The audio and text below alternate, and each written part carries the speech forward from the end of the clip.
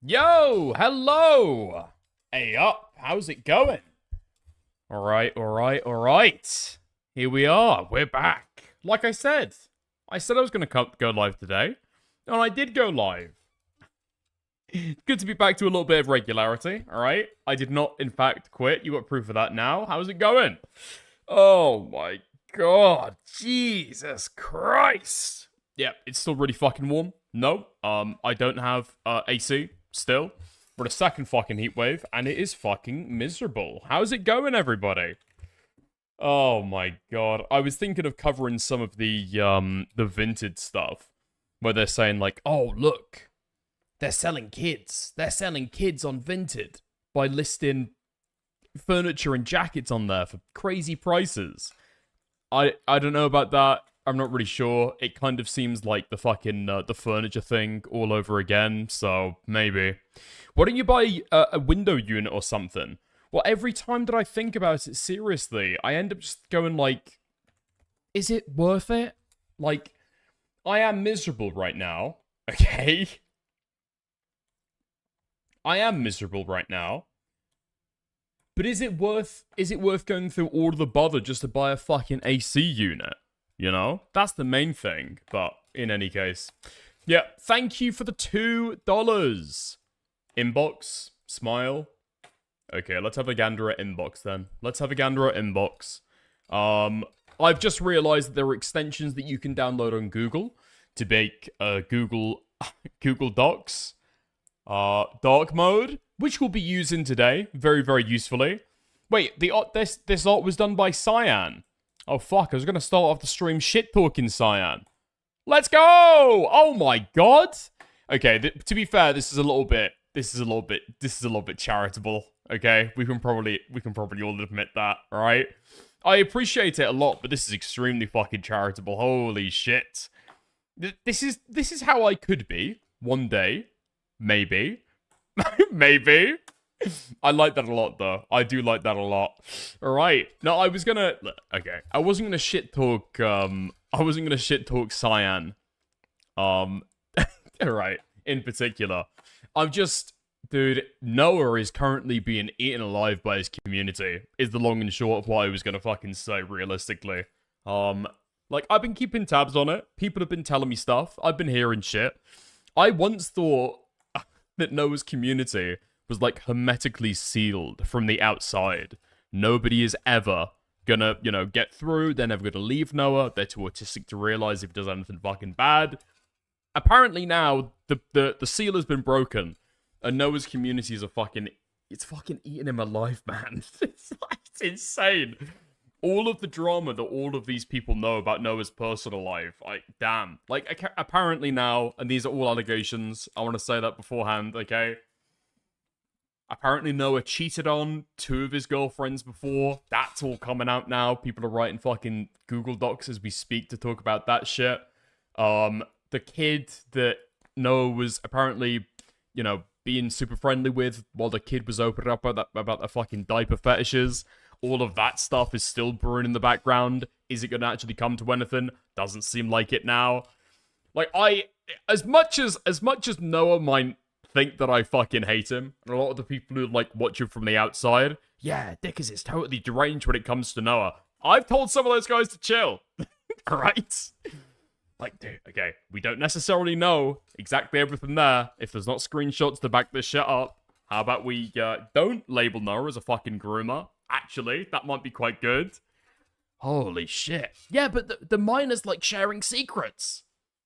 Yeah, is he pressing for that shit, though? Is he trying to get closer and closer? I don't think that's really the word that we would fucking use it, are we? Okay, but bro, yeah, that shit's getting fucking insane. It's out of my control at this point. You have no clue how much of a lolco Southpaw is.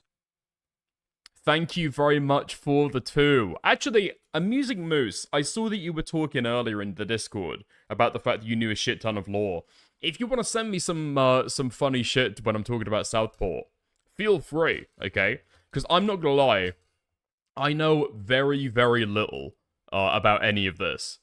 Or about his background. From what I've been able to glean, Southpaw is a fellow EFAP alumnus. alumnist. He's a fellow EFAP alumnist, something that usually would be an incredibly esteemed reputation, you know? Gives you a little bit of clout, gives you a little bit of credibility. You know, not everybody can say that they've been on EFAP. Beckett, for an example, you know? Beckett can't.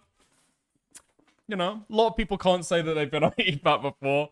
Unfortunately, Southpaw is looking as though he's sullying the brand, okay?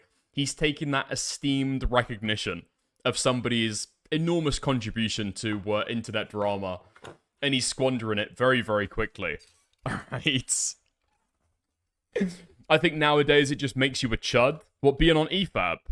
Fuck it. I'll take it. I don't give a fuck. Alright. I will be your grifterly bear, if that's what we need to be. No, fuck it. I like the guys on EFAP. I don't care about that. Alright. Anyway. Let's get down to it. Because, I think this shit dropped, was it last night or a few hours ago?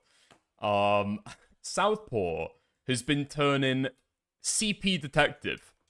And the worst thing, truly, the two of the worst things that a CP detective can do is, one, download alleged CSAM. Okay? You got dick. And two, okay, bro. send alleged CSAM to other people. And unfortunately, so far as I've been able to tell, he's done both. So, that's great. Thank you, Money, for the membership. I hugely appreciate it. Thank you very much. Yeah, so that's basically what's happened. We'll go through it. There's a Twitter thread that's fucking blew up with this stuff. For people who don't know who Southpaw is, okay? If people know who SK was, one of the guys infamously was a holdout in the Utterly Noah drama, and argued till the bitter fucking end that Noah never plagiarized him, until several months later, when he looked into it and said, "Oh no, yeah, actually he did." Time I'm afraid. Yes, thank you, Oomphy Killer, and thank you for contributing to the haircut fund as well. Anyway. So, that's who Southpaw is, okay? He's one of SK's friends. He was on that debate stream with KinoFlex. And this is looking like the end of their collaboration together, unfortunately. Okay? Turns out SK doesn't want to be friends with him anymore after he got sent child porn by the guy. Anyway, fuck it. Let's just dive right into it then. Okay, here we are. Trigger warning. / CP. And sexual harassment. Do not harass anybody mentioned. Last night, Blessed Southpaw sent child porn You're getting too big for your boots. to Sergey Kravenov. I can see why this guy just goes by SK. Yo, thank you for the 1 month of membership. 1 month's time wasted. Thank you very much. Okay. Southpaw sent child porn to SK and trivialized a very close friend of mine's traumatizing experience with sexual harassment in an attempt to dunk on our other friends. A thread. Okay. Yeah, I feel like when you lead with child porn, I don't think anybody's going to give a fuck about trivializing somebody's traumatizing experience. Okay, I'm just going to say that, alright? I feel Disappointed child in the porn shirt today. 010 camp. Thank you very much for the 2. I appreciate it. Yeah, I feel like once you start with child porn, I feel like everything else after that is just kind of like you just fill in space. You know what I mean? You're wasting characters. If an N-word was called Sergey, I would also send them CP. Thank you, Joe Mac. Yeah, I appreciate that. Was it done maliciously? Time will tell. Time for Dick is to start looks maxing protocol with Clav. Oh, with the haircut? Yeah, probably. Okay. It needs to be done. Okay. Dude, Calesto. I see what Calesto is doing now. Calesto has realized that he's in the EFAP camp. Okay, bro. You're getting too He's big one for of the your right-wing boots. grifters in the media criticism Stop space. saying child pee. Yeah, that's probably a good idea, actually. We're gonna say child corn for the rest of this segment. I hugely appreciate Will is me for saving me a fucking community guideline strike. Thank you very much. No, Calesto knows. Calesto knows he's in with the fucking camp, and he cannot deviate from them. I see how it is, trying to distract me. Dickers, don't talk about the child corn. Don't talk about the child corn, Dickers. You're so handsome. You're so sexy. Alright, let's get into it. So, For important context, this all started because I learned that a very close friend of mine was sexually harassed by another person in Southpaw's friend group. Who they are is irrelevant. You The got one dicked. thing you need to know Okay, is bro, this you're getting too harasser big for your sent the boots. victim images of them Paying with a yo boner. barber to Fuyoshi up brutty STS. TS? Thank you, Guna, for the 2. Yeah, okay, I will be soon, alright? I promise. Okay, so this is the horrible experience of sexual harassment that cannot be trivialized in any way. Leggings, ooh. Ooh, they look super comfy. Yes, so comfy. Ignore my Ignore my sad face. Yeah. Damn, this guy's smooth as fuck. You got dicked. Okay, bro. You're Okay, getting too big for great. your We love to boots. see it. Now, Ain't nobody calling you handsome. Okay, Draftel, thank you for the £2. I hugely appreciate it, mate, alright? Now, that's fucking gross, alright? It's gross, but it's like a 16-year-old kid. It's inappropriate. Yes, sexual harassment, it's inappropriate, alright? I would think that, like, sexual harassment, would I call that sexual harassment? Fuck it, it's a borderline case. I'm not gonna defend that, alright? Okay. Then they go down. This is where we start getting into the more troubling parts, it seems. When I was first informed of this by my friend a couple of weeks ago, I immediately messaged a mutual friend that was really close with the harasser and informed them of what happened with the screenshots. You got dicked. Okay, bro. Unfortunately, I had to delete these messages, and you'll soon know why. Also forgot trigger warning. I'm triggered now. This is the trigger warning, okay? Boner alert. Okay, it feels weird talking about that when they're a fucking 17-year-old, okay? I'm gonna revoke that boner alert. I'm keeping in action the fucking trigger warning, alright? These mutual friends informed some other mutual friends of why he was cutting ties with the harasser, and it seems that Southpaw was one of those people. What I didn't know initially was this friend sent the screenshot as well. This is when it gets bad. The harasser was a minor.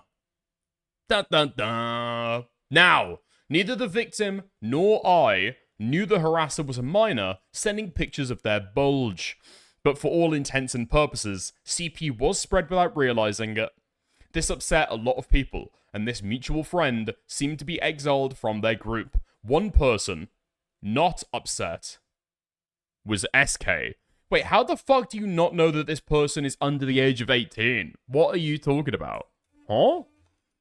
Dude, it's fucking... This entire sphere is such rot. I've been talking about it for, like... Ever since I started talking about the community. Why the fuck are you allowing kids into your spaces? Are we getting gay drama today? You promised. This is gay child drama, I guess, Dan, if this is satisfying you, mate. What are you talking about? I never do... Oh. You're talking about Aiden getting noshed off. Yeah, okay. We will go for that. Don't worry. Okay. Alright, we will go in for that later. Or at some point, I'm sure we'll get to it. Anyway. Okay. I just don't know. I don't know why the fuck you're even in spaces where kids are mixing with adults like this. I honestly don't fucking know. You know? Just, it's so easy. It's so easy to just set your Discord 18 plus. You don't have to worry about kids being in there making unfunny jokes. You have to worry about kids being in there seeing inappropriate shit, being around inappropriate conversations. You promised us. You never break those. Thank you for the $2, Will is me. I appreciate it. Okay. But it's like, you don't have to worry about any of that shit. Like, all responsibility that you might need to take on, you've just, like, cast it off. It's fine. You don't have to worry about that shit. Nobody can call you a fucking pedo or a groomer enabler, you know? I do think that one of the main reasons why these people do it is, well, realistically, A, because they talk about cartoons, right? They talk about media that's predominantly digested by children, and so children are going to be at least a sizable portion of their audience, if not the majority. But the thing that actually drives it, in my opinion, is that a lot of these people just want the ego of saying that they've got a big, hugely active Discord. And so they'll take anybody in there, all the way from fucking 13 to, I don't know, 103. You know what I mean? Just, like, leave kids out. Leave kids out. There are so many situations like this. When kids are being, like, sexually inappropriate. People spread it around as evidence of sexual harassment. Only to find out later, oh, whoops. Whoops. That was a child. Okay. Getting sued for leaking Fucking sex retarded. tapes. Keep kids out of your fucking Steven's spaces. just being a silly guy. Is it true you stopped talking to Aiden because you wanted to be Sol? What are you talking about, Will is me? Thank you for the 5. I hugely appreciate it. Alright, anyway, let's go down. Okay, one person who was not upset by the child porn was SK. This morning, I woke up to being in a group chat with SK and another friend of ours, and apparently, Southpaw sent the screenshot with the child's boner in them to SK and tried to argue the images weren't CP and tried to strawman that I was spreading CP. Wait, what? And tried to strawman that I was sending CP? Okay, that's not really a strawman because that's just an argument. Oh my god. Please don't tell me that this person is also in the fucking media criticism debate pedoverse. I thought that SK and Southpaw were like birds of a feather who like flew together, you know? I thought they were the only, Destiny fans who existed in the media criticism space. Cabba is? Oh, fuck me, dude. Okay. You're saying that I'm sending child pornography around, but actually that is a straw man. It's not a straw man. It's just a false allegation, you fucking debate pedo. Alright, great stuff. Southpaw. This is the evidence. I mean, he might have sent child pornography, but at the very least he spoiled it, you know? At the very least he put a spoiler on it. Wait, hold on. Here is the quote-unquote CP that Blank supposedly shared in a group chat, according to PJ, by the way. Which he got from one of PJ's friends, too. Okay, and then SK says, so we're clear what the image is depicting. It is displaying a bulge. This is the most fucking nerd emoji shit I've ever fucking read. You're talking about child porn. You're talking about CSAM. So we're clear on what this image is depicting. It is displaying a bulge through the pants caused by genitalia, which Blank is drawing attention to it twice. Ooh, comfy, ignore my Humping in these is something else. Oh. Okay, I'm not acting out all of that shit, okay? The question is, what do you mean, quote-unquote, CP? What do you mean, quote-unquote, CP? It is of a child, right? They're 16. They're under the age of consent. And secondly, you've spoiled the image. Why have you spoiled the image? Because you agree they're a child. If you say there's nothing sexual going on there, which would make it CSAM, why are you spoilering the image at all? Something's not quite working out here. There might be a little, might be a little bit of a inconsistency in the debate pedo logic. Southpaw says right, which was shared to TK by Captain Cabba to substantiate accusations against Blank for sexual harassment. If the accusation is that TK shared CP, this ain't the smoking gun PJ thinks it is. Why the fuck are these retards talking about people sending around CSAM like it's Game of Thrones? What are we talking about? If the accusation is that TK sent CP, this ain't the smoking gun PJ thinks it is. It doesn't fucking matter. What are you talking about? Why are you sending it around? Are you trying to fucking do an Uno reverso on them? They later come to find out, oh fuck, this kid's 16. This is CSAM. Without realizing it before. Haha! You're also a pedophile. Let me send this image around to people to prove how much a pedo you are. What are you fucking doing, man? SK says, yeah, that's still CP. I don't care if the genitals was covered because it's still blatant in the image and Blank draws attention to it twice. I don't know why you'd look at that and think it's safe to distribute whatsoever. This should not be in my DMs. SOUTHPAW... Oh, okay. Pretty sure this is considered cyber flashing on her end. It's unironically the difficulty and the reason why I said earlier that I'm not really sure if I'm if it's like sexual harassment. If it is cyber flashing, then yeah, that's a form of sexual harassment. But it's like I would usually say, well, I want to see some of the context, you know? I want to see some more of the conversation happening at the time. Impossible to now, knowing that it's a fucking kid, but still. Because this is related to what PJ said about TK. Yeah, we're past that. This is CP. Why is it in my DMs? Because this is related to what PJ said about TK. It goes on. I don't care if it's PJ who said that about TK. This is nowhere near appropriate to send, especially since it's evidence of sexual harassment. So, did TK share CP in a GC? And did Captain Cabba share it too? Don't care! Don't care! What do you mean? Include yourself in that list. Why are you not included in that list? You're saying that I shared CP? Did these other people share CP? Stop sending me child porn! Like, why are you doing this shit? You fucked yourself.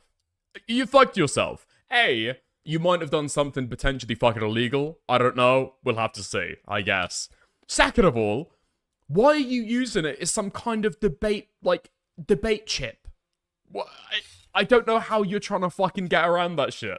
Get around that fact. SOUTHPAW, this is fucking irrelevant to the fact that you sent me cheese pizza. Why is it still here? Delete it before you catch a legal case. Thank you. I didn't mean to send you You're getting too big for cheese your boots. Pizza. That's not the point I was trying to know make. These guys have terminal levels of psychosis and tism. They've written 200+ page Google Docs because people hated a show. Oh my fucking god. Okay, thank you, Hurtworks, for the 5 Canadian. I appreciate it. Jesus Christ. Yeah, it's just a very special type of person, okay? A very, very special type of person. Oh, wait, hold on. Somebody just sent me something. I might go and take a look at that later. Alright, thank you. Like, and again, these people are just retarded. This is the fucking problem. I can sometimes accept somebody being a little bit of a debate bro if the point they're making makes sense. But it doesn't. Yeah, I didn't mean to send you CP. That's not the point I'm trying to make, as though transmitting CP would have been like an intellectual point that you were trying to make. That's not a point you're trying to make. That's a crime! That's a fucking crime! I didn't mean to steal from you. That wasn't the point I was trying to make. That's like an illegal action. That's not a debate bar point. What are you talking about? What? That Captain Cabba is also fucked? He was called for this days ago from what I heard, and he accepted that. Literally has nothing to do with the very immediate concern I had, which you seemed ready to defend as not CP. After that, I'm blocking you this time, and I'm moving on for good. You got dicked. Seems okay, fair. You're getting too big for your boots. What is this ? Why is it not gay London drama? If you want the backup, go back to the start of the stream, alright? We'll go over that later. Okay. So I want to be clear again. The victim and I did not know the harasser was a minor. We only found out after the fact from a concerned friend of the harasser. Had I known, and had I have known that and known these images would have been spread. Would have been spread? Okay. I would have censored some things, so that's on me. Once again, don't harass anybody involved, but I must stress that if you're a fan or friend of SOUTHPAW, you need to seriously consider if this 30-year-old man's behavior is acceptable. I personally don't think it is, but you can decide that for yourself. I mean, no, if you're going to talk about this stuff or even engage with these subjects, first of all, why the fuck are you getting so invested? Literally, why are you getting so invested? Some 16-year-old gets accused for sexual harassment, and then you decide to start weighing into it super hard, injecting yourself into the story. Literally, why? There's literally no upside on that at all. Think for 2 fucking seconds. Second point would be, Why are you citing your sources in the CSAM in the CSAM sexual harassment story?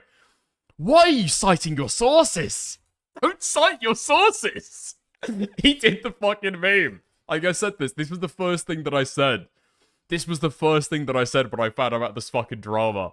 Where's the clip of me talking about, I looked at those files. I downloaded that shit. I know that it's CSAM. Possibly the worst clip of me out there. Oh fuck no, Swedish Crow's got it. Okay, I asked Swedish Crow for it last night, in fact. I looked at those files, I checked that shit out, and you are lying. There is child porn there. I watched the child porn. I downloaded it! He did the meme! He did the fucking meme! He did the fucking meme, man. It's just no self-preservation instinct at all. It's just totally fucking insane. This guy's retarded. But there we are. That's about all you can fucking say. I'm pretty sure if you go to Southpaw's Twitter now, yeah. What the fuck is this? How old is that girl? This Twitter banner takes on a very different connotation now. Holy shit. Okay, nice. Nice. Hypocritical, the Civil War video arc. Holy fuck. Alright. Let's go to his YouTube channel. Is his YouTube channel still up, or has he deleted everything? Okay. No, he hasn't. Oh, fuck me, dude. This is just... I don't know. I literally don't know what it is, okay? I literally don't know what it is. But if you're spending almost 7 hours on YouTube talking about an internet live stream and the fundamental flaws in the logic of an internet live stream, you are probably gonna get caught with CP on your computer at some point. Like, that level of autism, it leads you down a dark path, I think. It leads you to corruption. And unfortunately, nobody's pulled this guy back from it. Very sad. Very, very sad. Okay. There's been some statements made by SK on this that I think are maybe slightly important. Okay, yeah, I did see this last night, actually. Maybe I'm treating this shit a little bit too fucking irreverently. This is just so fucking retarded. Because of the disgusting image he sent, I couldn't sleep last night. I couldn't sleep last night. I would close my eyes and all I would see would be that 16-year-old boy's boner pushing through the pants. The bulge! The bulge! I can't sleep!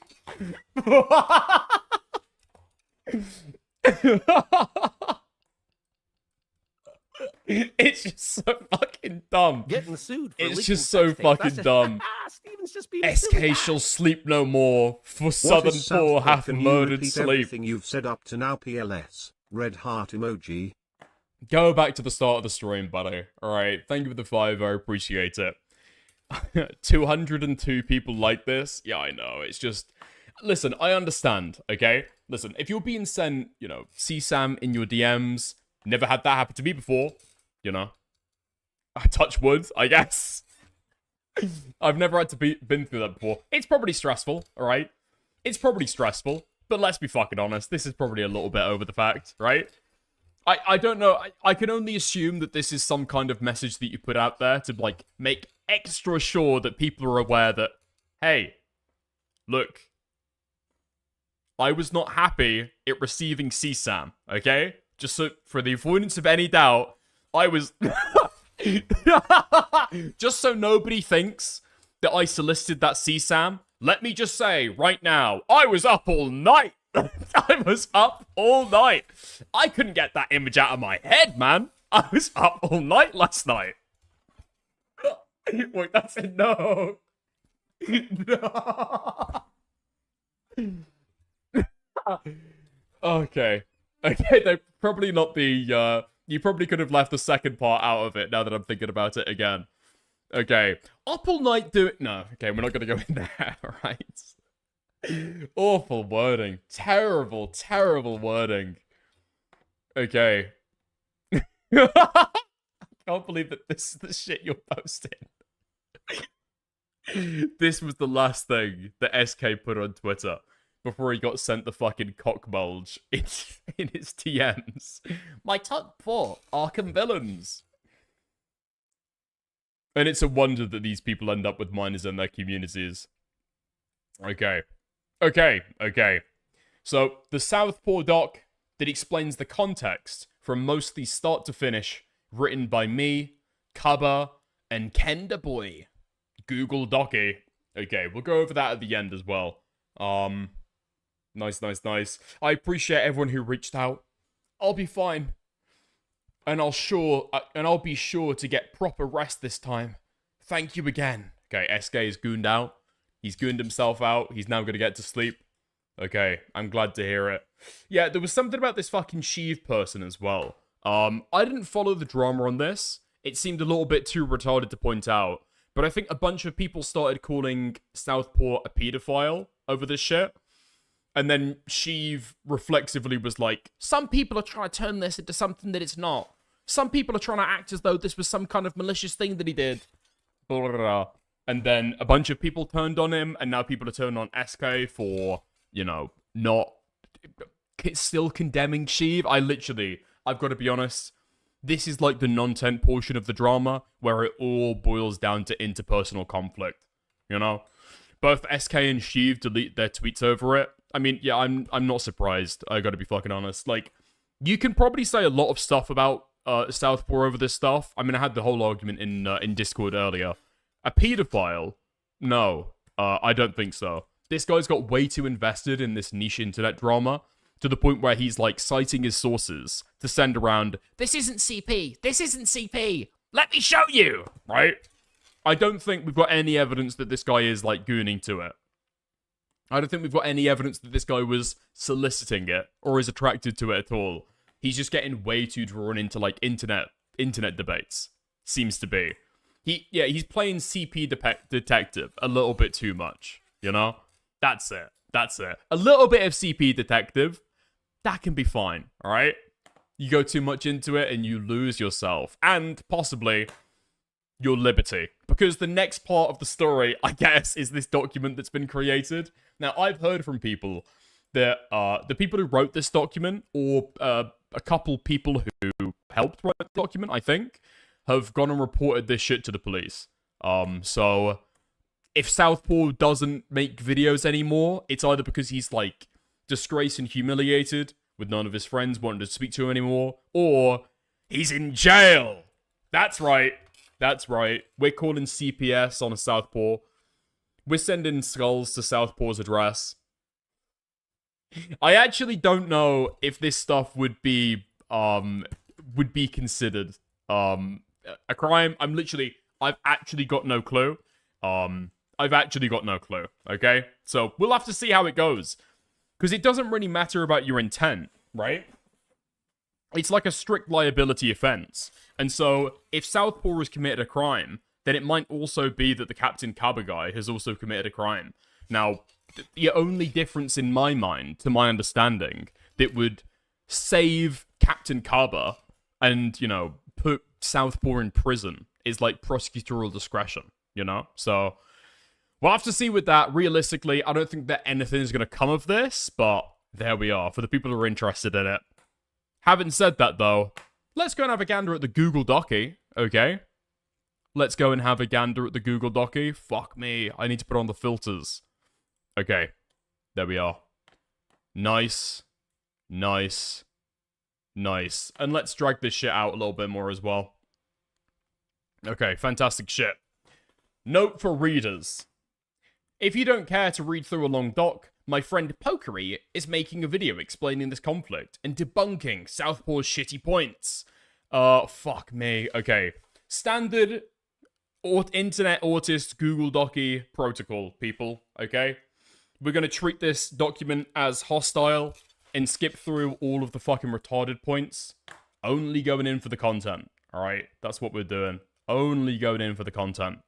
Alright, here we go.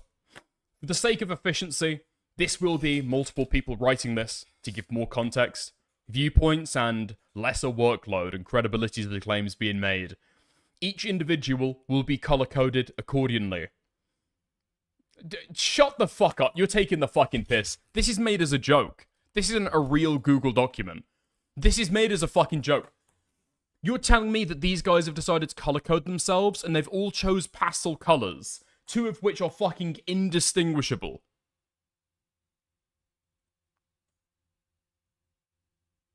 I mean, I guess we've got like a light blue and we've got a slightly more purpley blue.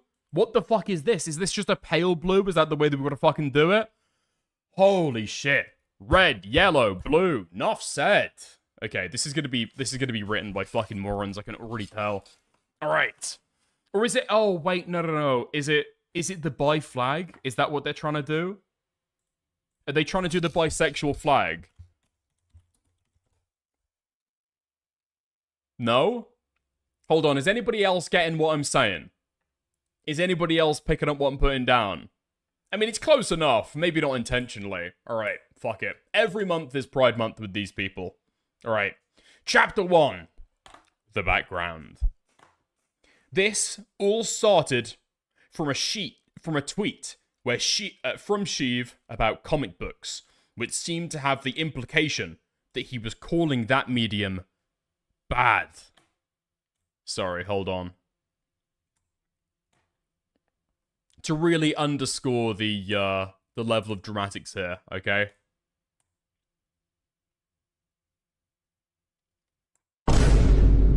Yeah, okay. Worth it. Worth it to hold up the stream for that. Oh my god! This guy said, what about comic books? Dude, in this fucking Google Doc, I'm expecting to hear about people sending around fucking CSAM. Apparently this is what all of you guys have been doing for the last fucking week until you realize that this kid was 16. And that you're starting out with a tweet about fucking comic books? Okay, nice. I don't defend said cartoons. I think they're actually rather bad.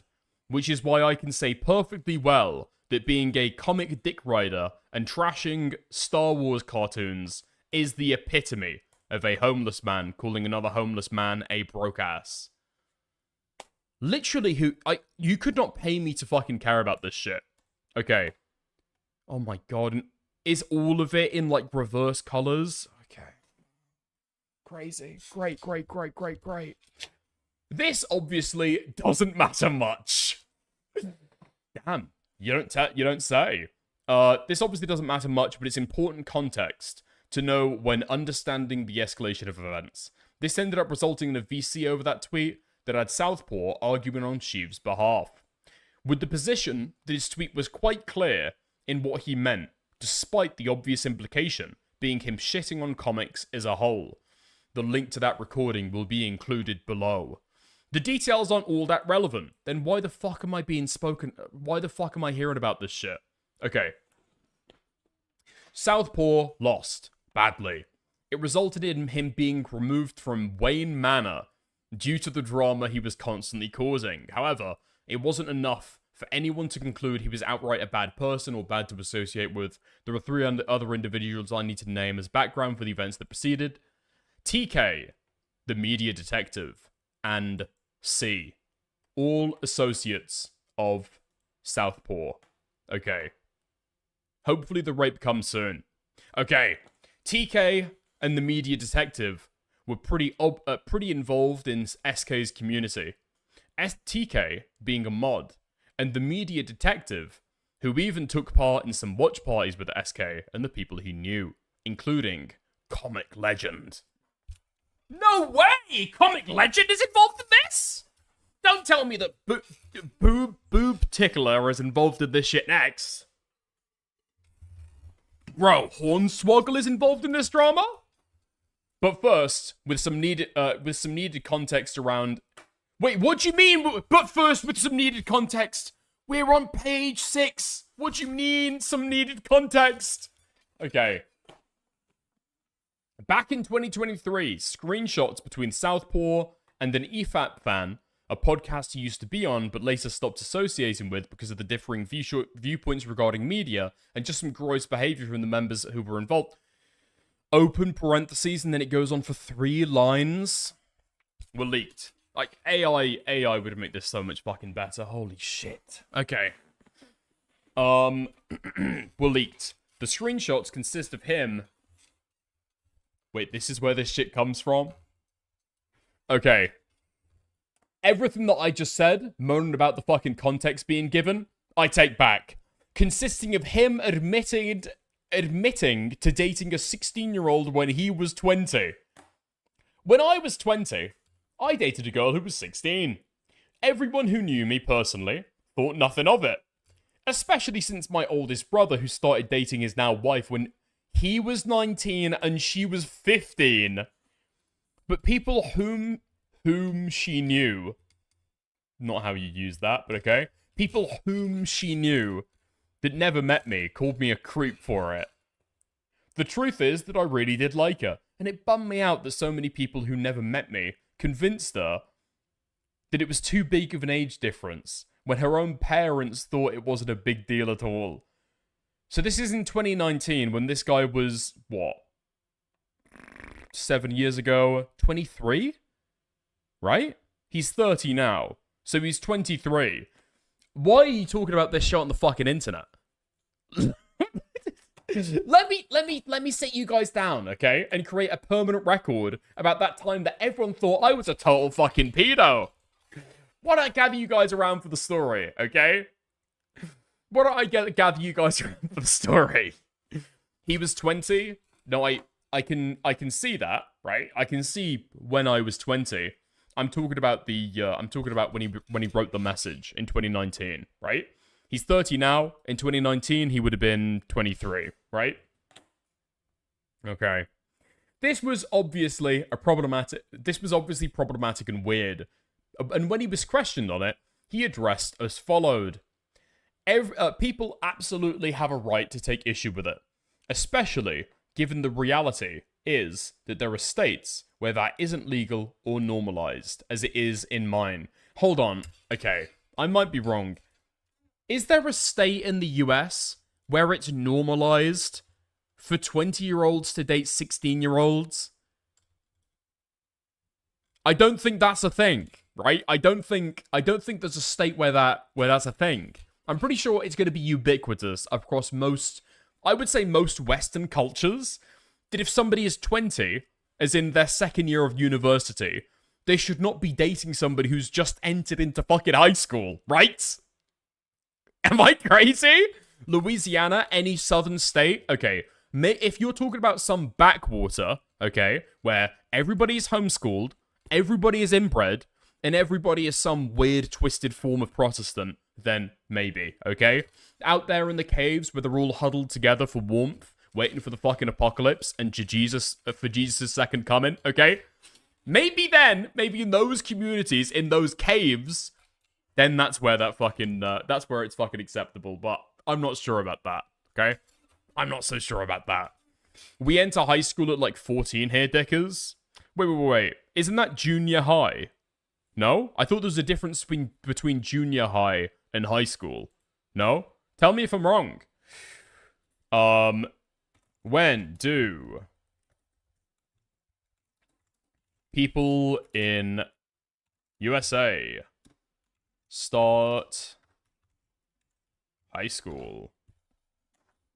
Okay, let's go. Bum. What am I thinking of then? High school here starts at grade 9 out of 12. Okay, so aged 14, that's when people start high school. Okay, I don't know why you're telling me the US grade system, as though that helps me. Obviously, other countries don't have the same grade system as each other. That's not standardized. Okay, nice. So it's 14, right? What would you be then? Like a sophomore? It's like sophomore, junior, senior, right? Okay. We're gonna say what? A junior in high school? Yeah? Okay. Nice. Alright. But yeah, I don't think there's a US state. I don't think there's a US state, right? You literally asked. I asked what ages you go in, not what grade you're in, right? Okay, anyway. Freshman, you uncivilized macaque. Wait, really? 18, 17. Thank you. All right. Nice. Listen, you guys have just got a unique fucking education system. Don't expect anybody outside of the fucking US to understand what's going on, all right? Okay, 16-year-old, 20-year-old. Nice. Honestly, yeah, it's common in red states. Good old pageants. I refuse to fucking believe that it is commonplace in entire states in the US. I could believe a town, okay? I could buy a certain, like, hyper-Mormon community, for example. The idea that entire states in the US are all on board with 20-year-olds dating 16-year-olds. I just don't think that's the fucking case. Right? I'm not talking about age of consent, Toasty. That's not what I'm talking about, okay? Obviously, yes, there are states where the age of consent is 16. 1 in 3 Americans is a pedophile? Okay, that's what I'm choosing to believe at this point. Nice. We love that shit. Great. Families, that there was nothing wrong with it. Sorry. At the time, I was led to think by both our families that there was nothing wrong with it. But the reality is that such an age difference at that age can be exploitative and dangerous for the younger party. I'm not attracted to anybody in or below that age bracket in the present day. I'm 28 now, and no longer in... Huh? Oh, sorry. And no longer in or just out of high school. 20 was a weird age for me. Yeah, at 20, you're not just out of high school. What are you talking about? At 20 years old in the UK, you're in your second year of university. I'm guessing the US, well, yeah, it's just second year at college. You're not just out of high school. What the fuck are you talking about? I think you can say that shit at 18. Fresh out of high school at 20. That's like when people, like, want to say, like, oh, I'm almost a minor. I'm almost a minor. Just state your actual fucking age, okay? Holy shit. You've seen rape victims do it. Now you're seeing, I don't know, weirdos do it. I don't know if I'd say that he's a fucking pedo, okay? I wouldn't say that he's a fucking pedo. I might have joked around with it, okay? Been a little bit fucking irreverent. I don't think that I've ever sincerely made the claim that Cameron F305 is a pedophile, for example, right? I'm, like, totally consistent on this. 19-year-old trying to fucking finger bang a 16-year-old. He's a fucking freak, okay? He's a fucking weirdo, but no, pedophile? I don't think so, personally, alright? I'm not just out of high school. 20 was a weird age for me. I never went to college, nor did I have a typical social life during high school, because I was homeschooled.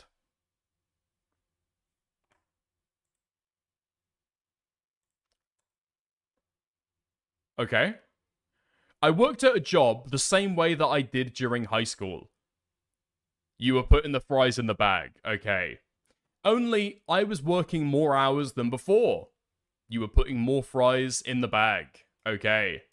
We never had sex. We dated for a month, and in that time, we did things like go to the movies, or Six Flags, or the mall. Or we hung out at her place with her family and played Cards Against Humanity. How the fuck did you meet this 16-year-old then? Hold on, wait a second. Let's pause for a second there.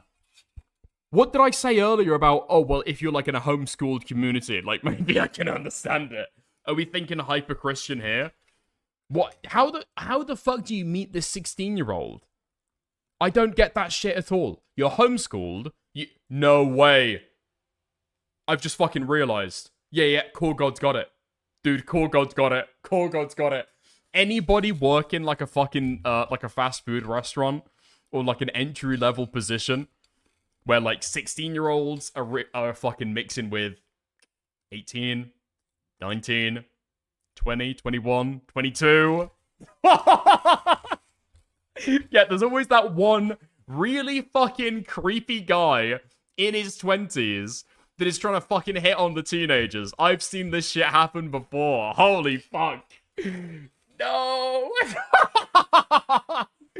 Okay, fuck me. We never had sex. We dated for a month. I bet things got real awkward at the fucking... at the McDonald's after that. Holy shit. And in that time, we did things like go to the movies or Six Flags. All right. She was a wonderful person. And wherever she is, I hope she's well. Yeah, okay. Not the same friendship group at all. Those guys were absolutely fucking work colleagues. Okay.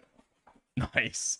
It's always at the fucking fast food places. It absolutely is. Like, I only worked at a restaurant in the back for like a very, very short period of time. But even in that month, okay, I got very familiar with fast pedos is the only way to fucking talk about them. Holy shit. This is obviously a strange defense. And weird to say you were bummed out that a 16-year-old broke things off with you because they found it weird for self-evident reasons. I don't think that would be strange. I don't think that would be weird at all. Like, if you're dating somebody, it'd be weird. Okay. Dude. Okay. Not only did he date a 16-year-old, he was unhappy. Can you imagine? Unhappy that the relationship ended. What I'll say is particularly fucking strange, okay, is the fact that this happened at what year? When he was 20? Okay, so 2023, in November 2023, he's 28. Right? So this happened all the way back in 2015. The fact that you're still talking about it 4 years later, when you guys dated for a single month, and then you're talking about it again in 2023, that's the weird thing for me. Like, bro, you're what? You're like, you've got hold-ups several years later about the 16-year-old that you dated for a month when you were 20? Something's going wrong here. Something's going very, very wrong here. I'm starting to understand why you're making 3-hour-long videos talking about fucking EFAP, because Jesus Christ. There's no way that the 16-year-old you were dating while you were 20 was the one who got away. He's just being a silly guy. That should be everything about SP's background. Check DMs. Don't show them on screen, but you can read them live. Okay. Interesting. Wait, don't pull them up, but show them live. What? Okay, something about Batman. Okay, I'm not necessarily interested in the Batman thing, okay? Thank you very, very much for the 5, though. I do appreciate it, okay? Like, read out loud. I mean, it's just a link to the watch party of Terriers. It couldn't be on YouTube because of copyright. Then years ago, this one-sided grudge pass, and Southpaw made a 6-hour video explaining this with SK's help. No need to watch it, I haven't, but the important thing is that 2 weeks later, him and SK got into a heated disagreement as to whether or not Peter's fight with Flash Thompson in Spider-Man 2002 should have revealed his identity when he started being Spider-Man. A while later, Sheev Talks, EFAP hater, suggested sending SK's video about the Spider-Man hallway to EFAP for them to tear it apart to Southpaw, and Southpaw, who has gone on about how awful EFAP has been to him, said nothing to counter. This caused SK and Southpaw to split up for a year. Okay, nice. I'm not going into all of that, okay? I understand that you guys probably find it super interesting because you're, like, into all of the fucking characters. For me, looking from the outside in, it's just all I see is autism, okay? I think I want everybody in this story to maybe turn themselves into the police, but definitely take a fucking rad score, okay? That's about it. That's where I fucking land on this shit. Chapter 2. The inciting incident. Is this the fucking... Why are you showing me all the back and forth? Why not Chapter 3? His actions stemmed from ignorance. This is over shit that happened a fucking month ago. Why the fuck is this dedicated an entire chapter to it? I mean, objectively speaking, he dated a 16-year-old. Okay. Chapter 3. His actions stemmed from ignorance. So one night, before I was preparing to go to sleep, I got a DM from TK asking to talk. So I was like, sure. And the following screenshots below is our conversation. I'm not trying to start a huge argument here, to be clear. I'm trying to get some clarification from you here. And also clarify some things to you, if need be in return. I mean, I saw you left Manor and I was kind of in shock, that you did leave. They're talking about him leaving a fucking Discord server. Okay, nice. Oh my god, they're still talking about the fucking 16-year-old thing. They're still talking about the fucking 16-year-old thing. An entire 3 chapters got dedicated to this. No way! They're bringing up the fucking DSSM-5. Oh my god. Oh my god, they're gonna try and argue that he's a fucking pedophile using the DSM-5. Okay. Okay. Okay. See, the thing is with Southpaw is that while it was weird, it wasn't pedophilia based on the context. 20 and 16 still qualifies as pedophilia. There's no way these guys are going to get so fucking in-depth to the point that they're going to be talking about definitions of pedophilia and never bring up ephibophilia or hebophilia. Right? Right? Oh my fucking god. 20 and 16 still qualifies as pedophilia. It just doesn't. Okay, age gaps aren't determinative of pedophilia. Okay, let's have a gander. According to this logic, don't care. Referring to the DSM-5, which classifies pedophilia as a medical condition, in order for it to be considered pedophilia, the person must be 5 years older. Does it really say that? Recurring, intense sexual fantasies, urges, or behaviors involving a prepubescent child or children, usually below the age of 13, having been present for more than 6 months.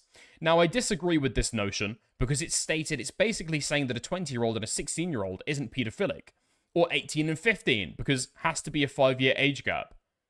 What the fuck are you talking about? You've just brought up a diagnosis for it's not even what pedophilia is, okay? It's like I don't know, it's like pedophilic sexual disorder. I think that's what this is the definition for, right?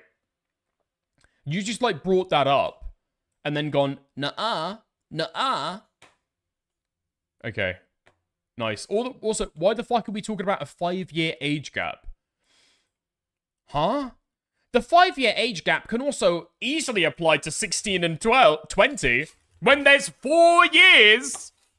Easily. It can easily apply. Okay, these people are fucking retarded. Nice. That's an interesting point. Now apply it to 21 and 17. Yeah? Yeah. You don't get it, Dickers. You don't get it, Dickers. That post-pubescent teenager was prepubescent. Yeah, okay. Nice. These people are fucking retarded. Alright, great. We love to see it. Okay. Nice. I think that might be the end of the SK stuff, unironically. Unfortunately, the fucking, the Google Doc there is just way too retarded. I'm not delving into that fucking shit. What I do want to delve into, though, just to cap this off, do we go into some of the Southpaw lore? Actually, let's fucking do that. So the big thing with Southpaw is that he split up with EFAP because they don't like terriers, a cop TV show that only lasted a season. During a watch party, him and SK made a big video explaining why that was archived here. Please tell me there's at least a spurg out I can watch. Like, stop taking us out of context, you disingenuous little shits. How many I'm times sorry, do we have to say I don't have something? any. Again, I don't have any. Hold on. I have no tolerance for lying, misrepresenting. Wait, whoa. Okay. He had this argument on EFAP at the time. You guys can't see because I fucked that up. Apologies. And taking people out of context. You are a scumfuck if you do that. And I don't respect you. I don't think anyone should respect you if you do that. You took Mueller out of context. You took me out of context. People have taken Rags out of context numerous times in the past. I mean, I'm just done with this shit. I think you're a fucking scum shit if you do this. Okay, so that's not Southpaw. That's not Southpaw. That is somebody called Dishonored Wolf. But this media criticism shit is super fucking serious. Holy fuck. Plenty of rumors and misconceptions have been thrown around the EFAP community regarding Southpaw's departure. This video was not something I had initially anticipated making, but further developments and searches for answers have only led me to the conclusion that there needs to be a statement made to set the record straight. Dude, what the fuck is this music? Did somebody fucking die? What the fuck are we talking about? A full account of what really went down, Clearly, the EFAP hosts didn't seem too interested in doing so, despite being behind numerous false rumors and misconceptions about Southpaw constantly being thrown around their community in order to assassinate his character. There have been Guys, you might have heard that Southpaw has been fired from every frame of pause. Unfortunately, it all starts with a cop slop TV show. no public corrections made, there haven't even been proper apologies made towards Southpaw for how he was treated, not just by their audience, but also by the hosts themselves in private. I'm going to break down experiences involving myself and friends of mine in order to highlight what I believe to be a display of unfair treatment and inaccurate assertions, while also correcting the misconceptions that have spread from related events. All I ask is that you hear me out. Think of it as me breaking down a story and explaining where things went wrong, a factual account of the events, much of which Mahler has even conceded to be true in a DM conversation with me 6 months after it started. And the story starts with the situation regarding Southpaw's disassociation with EFAP. Holy fuck. Rad score! Now! I'm not watching that. Mainly because it's like 3 hours long, okay? 3.5 hours long. But also because I fundamentally just don't fucking care about it. Okay? Yeah. But there we are. Where's the funny bits? Somebody told me there was fucking funny bits to this shit. What are you doing? I thought there was funny bits there. Just hear him put Dickens. Or just hear him out for 3 hours. No, I don't think I will. What the? If these people got no consideration of my fucking time.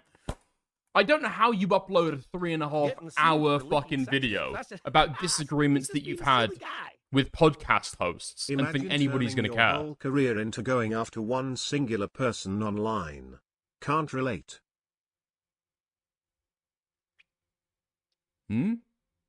True. Very true. Very, very true. Okay, thank you for the 5. I hugely appreciate it. Okay. Wait, hold on. Moose, are you gonna send me the... Are you gonna send me the highlights? You said you were gonna send me the highlights real quick. Yeah? Back in September 2021, and that was made. You and Mr. Pollock are private detectives?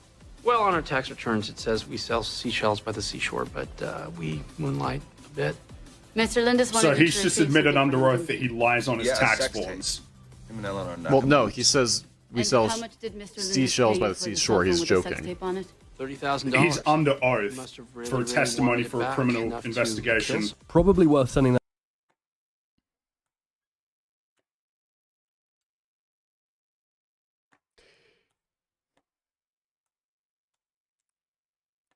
Damn, that's hard-hitting shit. That's hard-hitting shit.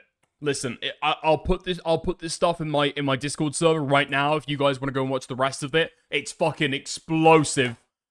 You don't understand, okay? EFAP is over. The critical drinker is going down, and Mahler should apologize now. How did he never address this? How did he never speak about this publicly? Okay. Nice. Part of me maybe does believe that SK cried himself to sleep after being sent that video now that I'm thinking about it. Okay. Nice. There we go. I'm not watching any more of that shit, I don't think. I think Moose is trying to send me the highlights right now. But unless it's him, like, Spurgeon or saying something fucking funny, I don't think I will. And it's just the idea that somebody else is making... You're not making a 3.5 hour video about your drama with somebody else over some cop slop show. And why it's good, actually.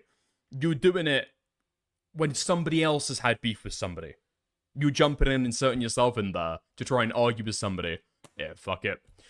I got some great spurg outs from Southpaw about how EFAP didn't like terriers coming up.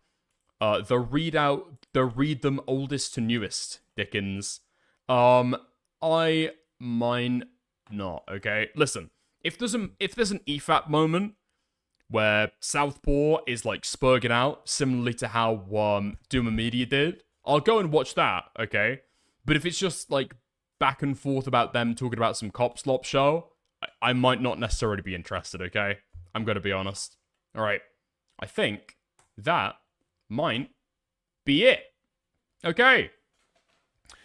Bro, Dickers, read my DMs newest to oldest. How does he do it? Dickens wouldn't have done this to me. Okay. Nice. I'm not Beckett's defective clone. Just unfortunately the drama is boring. Okay? Right. I appreciate it though. Okay? I appreciate it. Scrolling through a Twitter thread. Alright, we'll go through this bit. Tax returns, it says we sell seashells by the seashore, but we moonlight a bit. Mr. Lindis wanted So he's just admitted under oath. No way that you just sent me a... Okay. If this is... I'm gonna play about 20 seconds of this. And if this is Cole... Okay?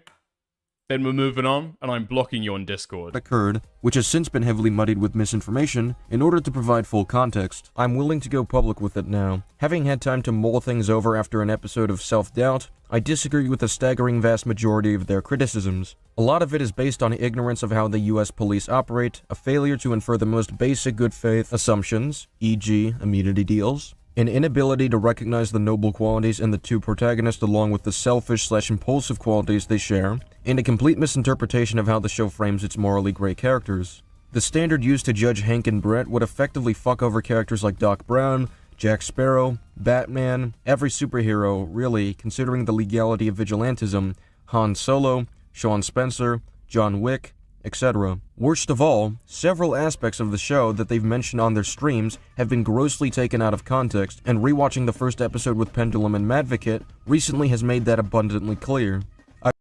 If you're starting out a Twitter thread with, I'm ready to come forward now, you better have been fucking raped. If you're talking about people not understanding, like, tropes of cops in media, yeah, you should, like, do something to yourself. Okay, there we are. Thankfully, another debate pedo, boring debate pedo, in the media criticism sphere, is down! We never have to watch another one of these videos. I never have to hear about one of these fucking dramas, okay? Because he's been exposed for distributing CP. And now he's gone. Amazing. By hook or by crook, okay? We're improving that community. Day by day. Thank God. This was like 9/11 for Southpaw. I guess so. Literally, I guess so. The crazy thing is, like, the EFAP guys are actually pretty fucking nice, right? When I went on there, I had like 2.5K subs. But like, oh, you know, Dickens is involved in the drama, we'll have him on or whatever. I think Southpaw has currently got 5K subscribers, which for a video essayist who doesn't do live streams, okay, it is a little bit different on reach and subscriber numbers. It's incredibly fucking piss poor, right? The idea that these guys have been able or been happy to have you on their fucking podcast and you don't even like, I don't know, you're not even able to manage that fucking relationship and you crash out on them in a crazy fucking Twitter thread. I don't know. Dicker's hatred for the media critique sphere continues to grow. Yes. Yeah, it's just every time that I look into it, partially, I'll be honest, it's probably because I'm just not interested in the conversations being had. It's like, you guys are just taking this fucking media way too seriously sometimes, and your personal disagreements blow up into fucking crazy brawls over nothing. Holy shit. I lied and told Parry EFAP invited Queeman, just to make him more jealous. Please play along. Okay, right. Nice. Okay, great. Fantastic. We'll move on from that. Okay? We'll move on from that. Nice. Okay. Let's get on to something actually interesting, okay? A Twitter thread that talks about somebody opening up about their truth and does actually involve rape. MIZKIF in his drama with Emiru, alright? Everybody knows it from like several months ago. That's when all this shit popped off. MIZKIF started a live stream basically as soon as the allegations dropped and promised to drop everything. He promised to go demon time and expose all the people coming after him. Now, he's done a defamation lawsuit, okay? He served them papers, he threw them at him, like he threw his phone at Emiru all those many years ago. But I don't think that anything interesting has possibly come from that. Alright? However, after mulling and stewing in the fact that most people refer to him, as people in chat are now, as RapeKIF, okay? he's decided to come back and actually make a YouTube video dissecting some of the fucking claims, alright? So, this will probably be the definitive answer on the MIZKIF Emiru drama, okay? Is he a wife beater? Did he slam that door? Did he sexually assault her? Let's go, okay? Okay. I have the court filings with me, and today I would like to go over them. I'm Matthew Renato, the streamer known online as MIZKIF. In the court filings, my name is also spelled Mizrandino. This is about Emily Shunk, the streamer online known as Emiru, who I was in a relationship with for about 3 years. For 3 years, she was the first person I saw every morning and the last person I saw every night. She was a person who wanted to marry me and have my children. Then, about 10 months later, after we broke up, in October of 2025, on a live stream to her audience of millions, she accused me of sexual assault, stalking, and abuse. I deny those accusations completely. To be clear about the setup, I am the one who went to court. I sued her for defamation, meaning for making false accusations that damaged me. A court has since ordered me to lay out, one statement at a time, exactly what she said that is false. This is me. Wait, hold on. Miss Rendino to submit a more definite statement within 30 days, identifying each statement by Shunk he alleges to have been defamatory, including the exact quote from her live stream. Yeah, I don't think that was the quote. I don't think that was the court telling you to, like, lay it all out, right? I think that was the court trying to make you give an actually, you know, actionable claim. Like, your first lawsuit submission sucked shit, from what I'm aware, at the very least. Oh, one statement at a time, exactly what she said that is false. This is... It's like failing your final exam, having to retake it in the summer and saying, the school was so proud of me. They were so impressed with my original exam that, well, they asked me to take it again. No, you failed, right? You failed the exam. Me doing that, with the public court record and her own words placed next to each claim, so you can weigh it for yourself. Here's what's changed. After her October 2025 live stream, the accusation spread everywhere, and to most people, the story was already settled. I was guilty. No fucking way. This shit was in October of 2025. It's been 9 months since the original live stream. Holy shit, this stuff happened like a fucking age ago. Guilty. But what changed is that in June 2026, a federal judge reviewed her request to throw my entire case out and recommended the opposite, that it moves forward. So here's the accusation. Okay. Considering the gist of Shunk statements, which includes allegations of sexual assault, the court finds that there is a reasonable capacity for a defamatory meaning. Okay, so this is going to be a response. I'm pretty sure people will be aware of this, right? Emiru and her lawyers tried to submit to court to say, actually, when she described it as sexual assault, that was her emotional truth, okay? And no reasonable viewer would say that that was the allegation in and of itself, because she went on to describe what happens, okay? That was merely a label about how she felt about it in retrospect. That wasn't an allegation. Seems like the court is saying that this was overturned and found to be completely fucking retarded. The case out and recommended the opposite, that it moves forward. So here's the accusations that she made on stream. These are in her words as the judge quoted them. On October 2025, near the start of her live stream, by the magistrate judge on the account of the transcript, she said she was, and quote, finally going to be opening up about the psychological and domestic abuse, stalking and harassment, sexual assault, and threats of blackmail that MIZKIF has done towards me, and some of these issues which are still ongoing. Under Texas law, as a magistrate judge in my case wrote, accusing someone of a crime or of engaging in serious sexual misconduct is defamation per se. In plain terms, defamation per se means that falsely accusing someone of a crime is treated by the law as damaging on its face. So, the harm does not have to be proven separately. Those are accusations of crimes. I deny every one of them. And the judge did not leave that standard in the abstract, applying it to her sexual assault accusation in the same opinion.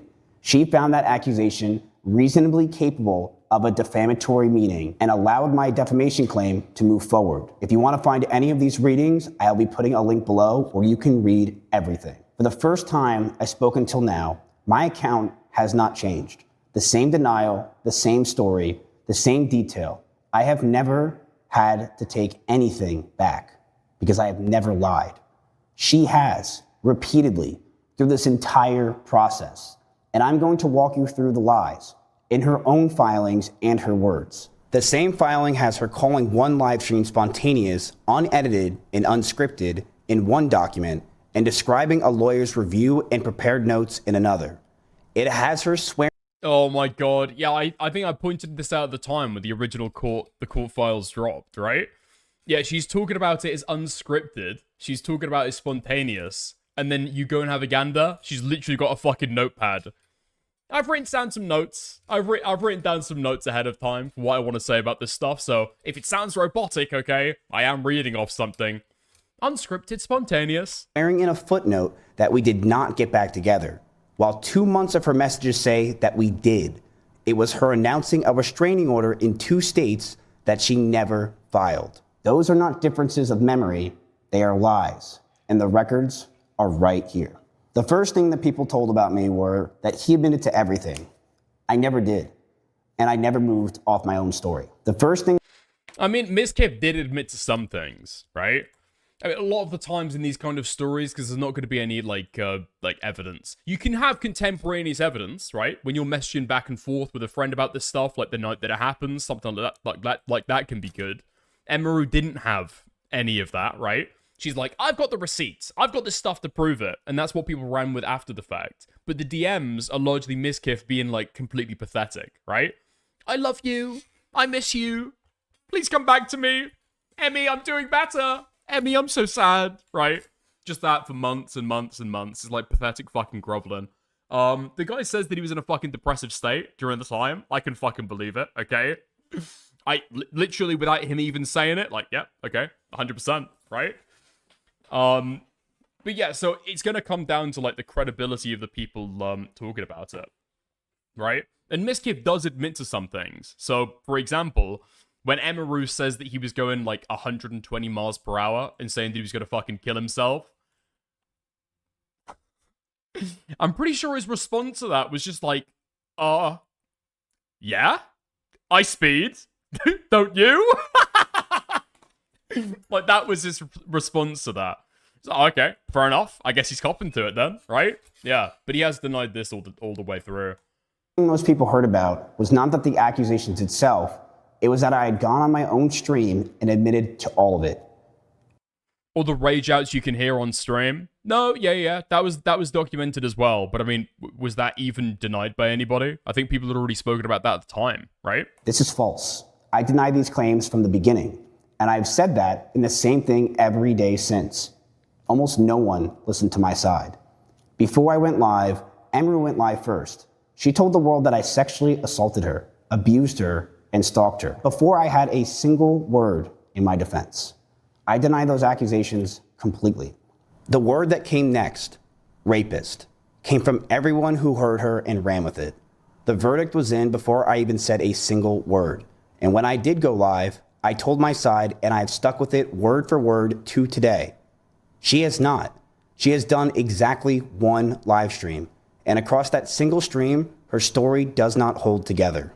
It has contradictions that are laid out in the sections that follow, in her own filings and her own words. One account has never changed. The other keeps changing. So why does the false version that I admitted to everything still win? That's because almost no one watched either stream in full. People pulled small clips from my about 30-minute response, cut away the context, and wrapped their own narrative around it for views and for clips. And the reach was never close to her. So in Emiru's filing, her motion calls it spontaneous. Her own transcript has her describing a lawyer's review and prepared notes. In her motion to dismiss, her attorney describes the stream this way in regards to the sexual assault. The live stream was spontaneous, unedited, and unscripted, speaking openly and vulnerably in the moment. In her declaration, she states the filed transcript of the live stream is accurate, a true and correct copy. And she says at 18 minutes and 5 seconds into that stream, I have been in contact with my lawyer. I had them review everything. that I'm planning to say today. And across Wait, oh my god, I forgot that she said she contacted a fucking lawyer. Holy shit. Yeah, I do remember this point.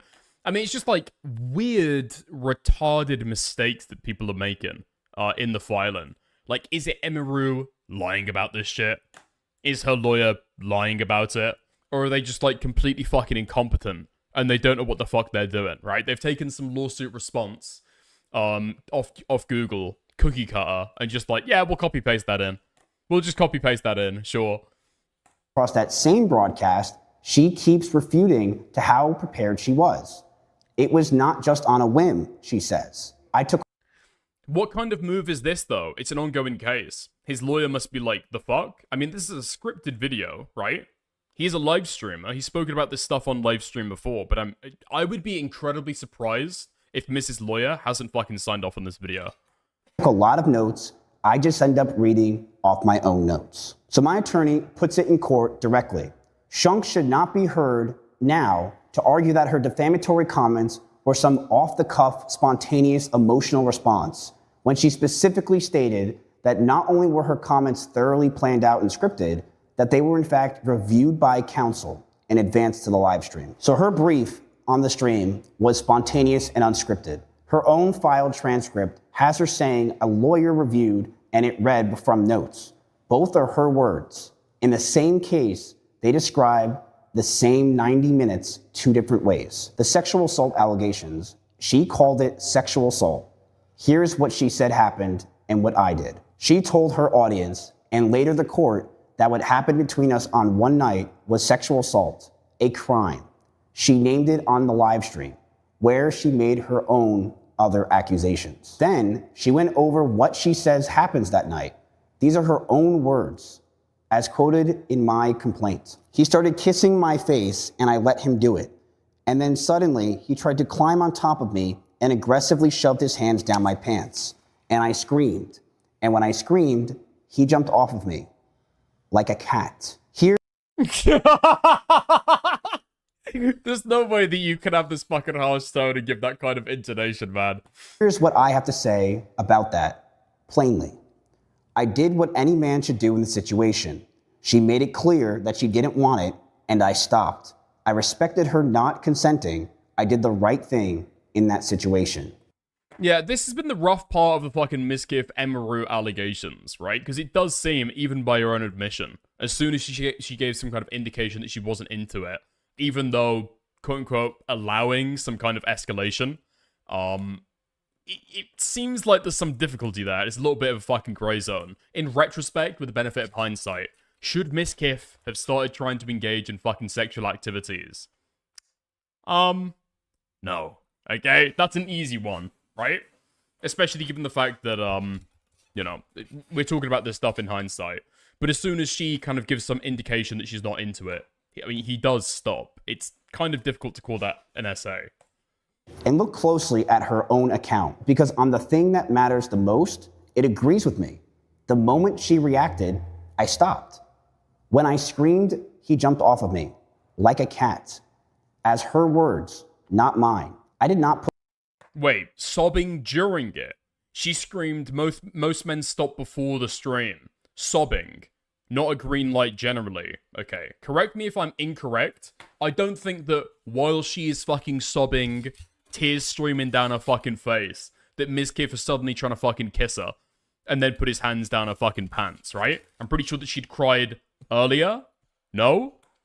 Push past her. I did not ignore her. The instant I understood that she was not okay, I stopped. I did not sexually assault her and deny it completely. Here's word for word from the transcript filed.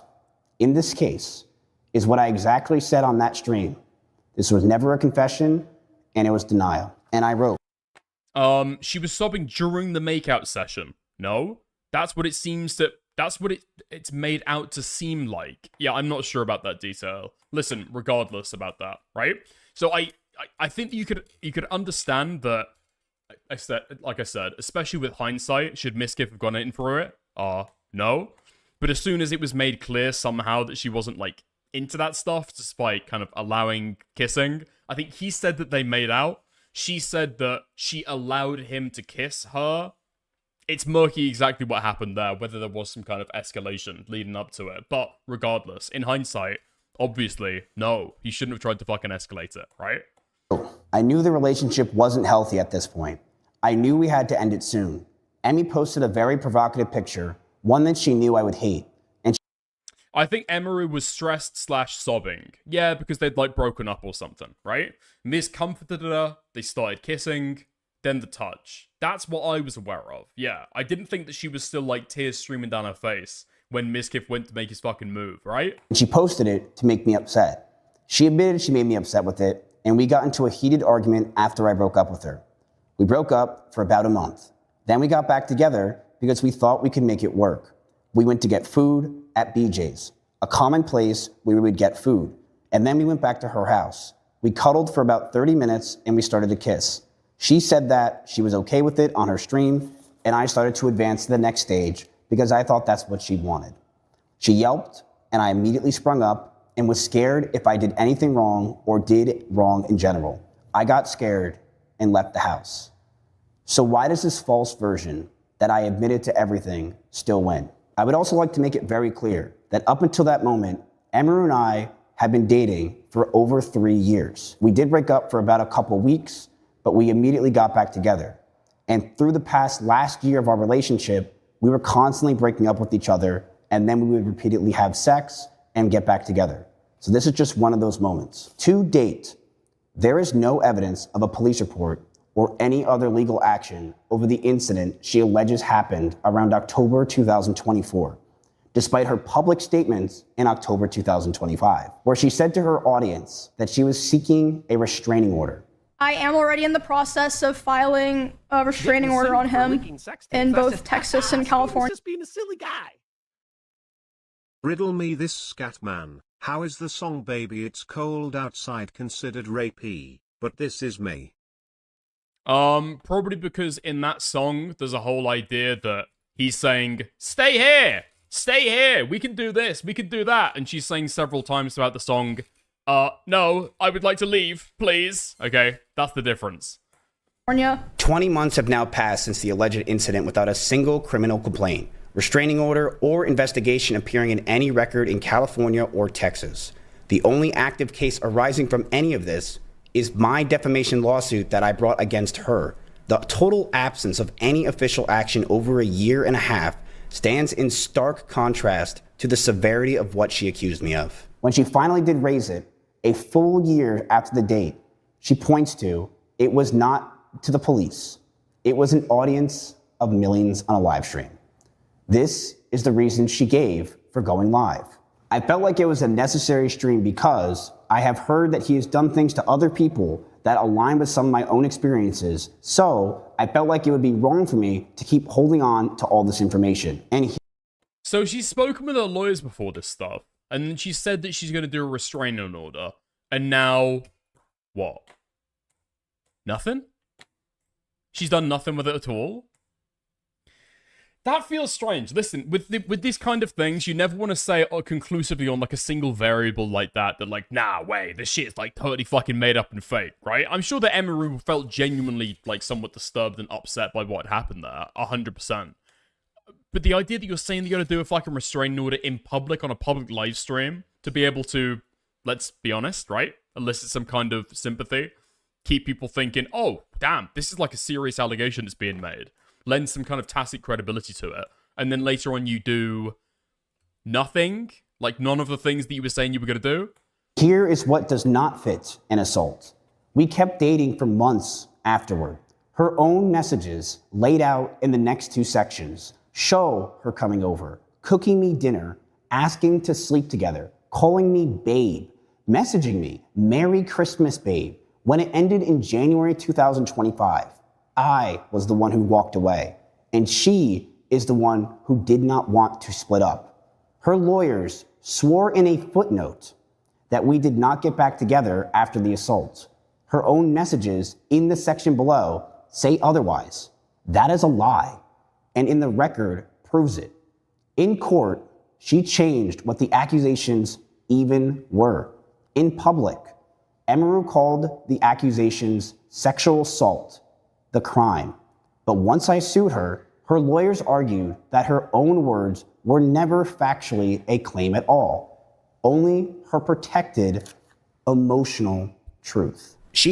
The emotional truth thing is fucking insane as well, because a lot of the people that will be bandying about the emotional truth claim will just, like, outright deny Tectone raped Pinkchu, right?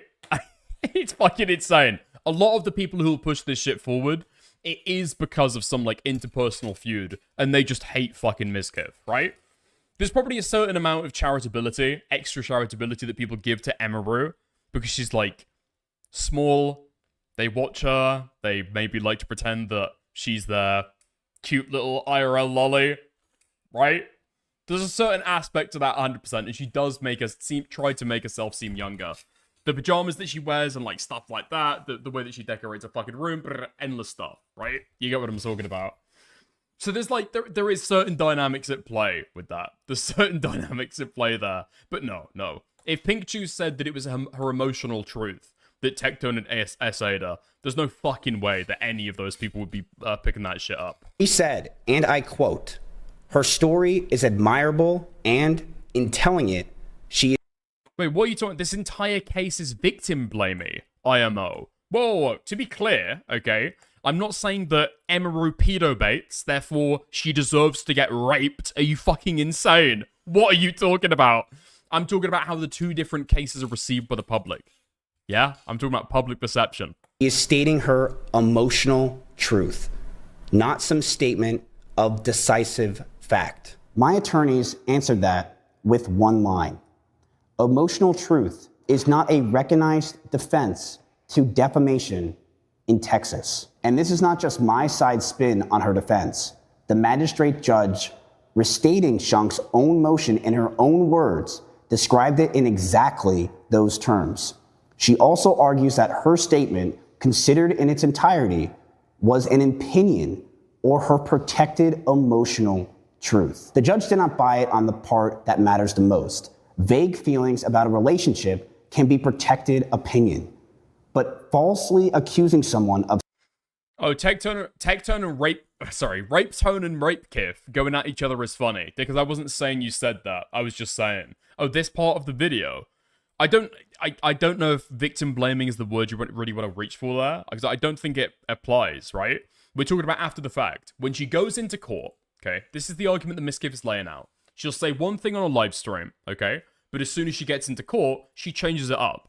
And she doesn't want to defend that it's an actual allegation of sexual assault. She tries to argue that, hey, listen, it's my emotional truth. That's how I felt about it.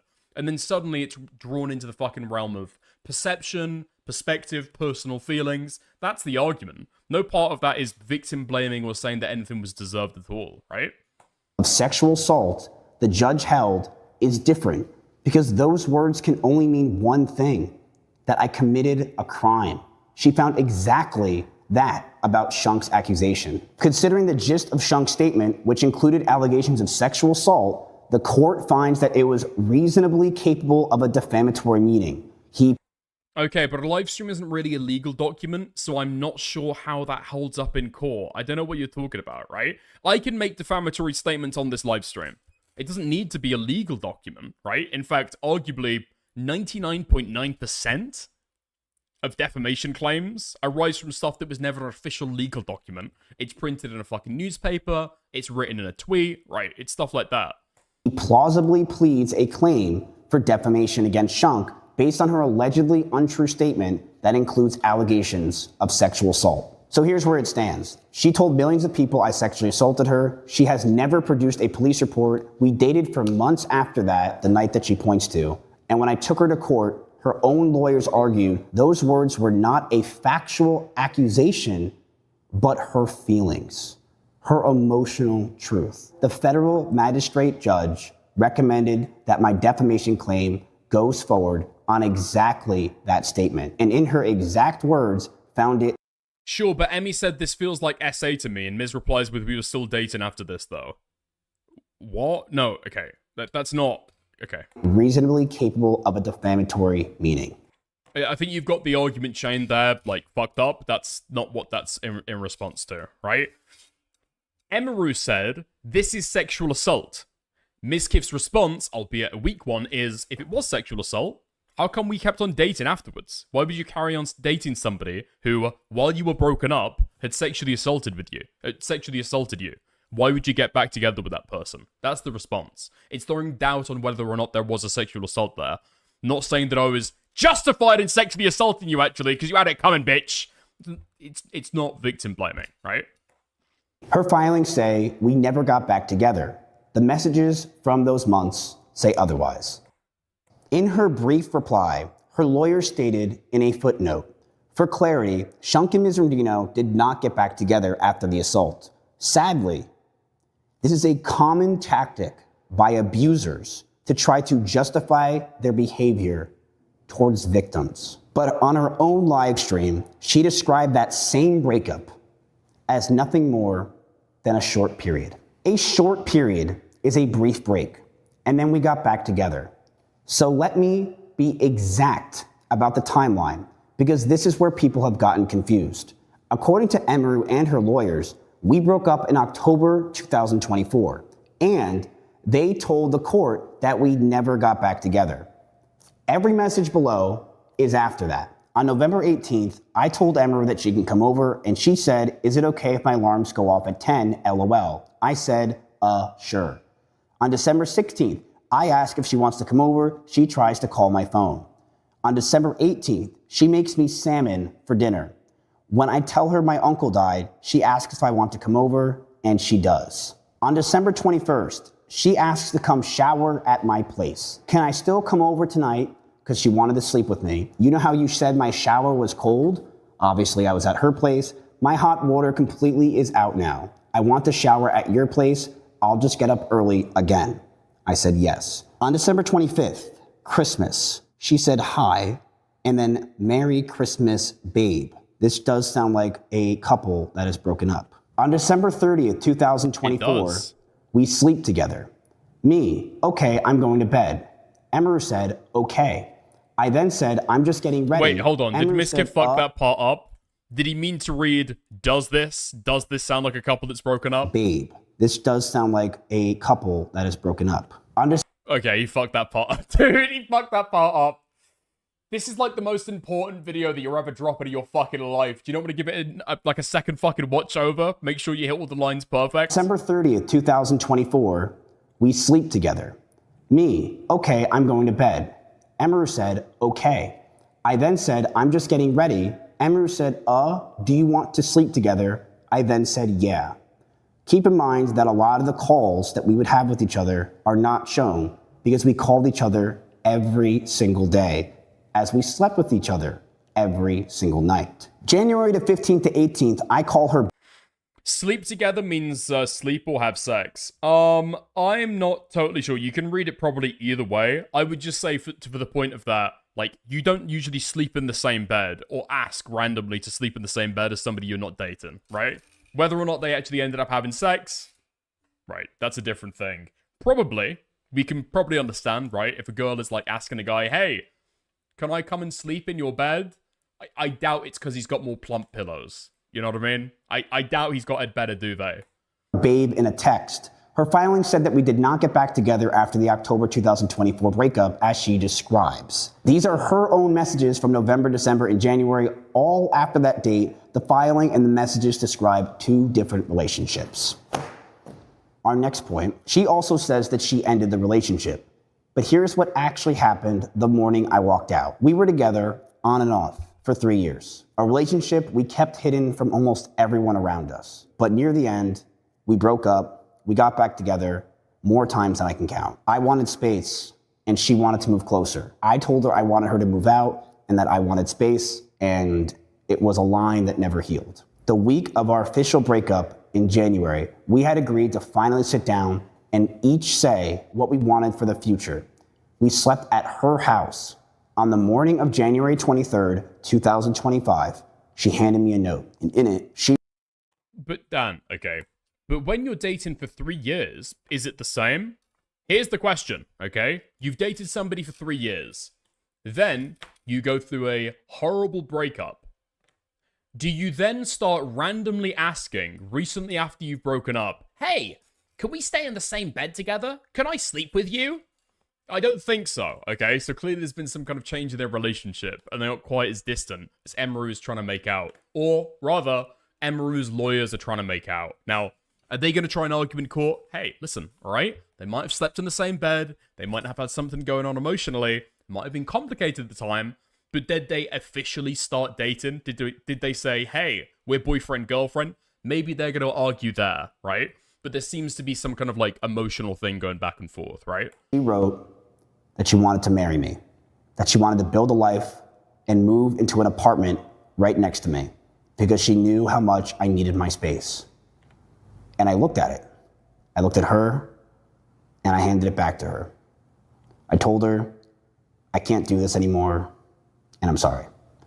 And the last thing I heard as I was closing her front door, and she said, don't go. This is who ended it. So in my complaint, I said he called off the relationship in January 2025. So to be exact, the exact date that our relationship ended was on January 23rd, 2025. I left Austin in early February, first for Japan, and the move to Los Angeles came afterwards.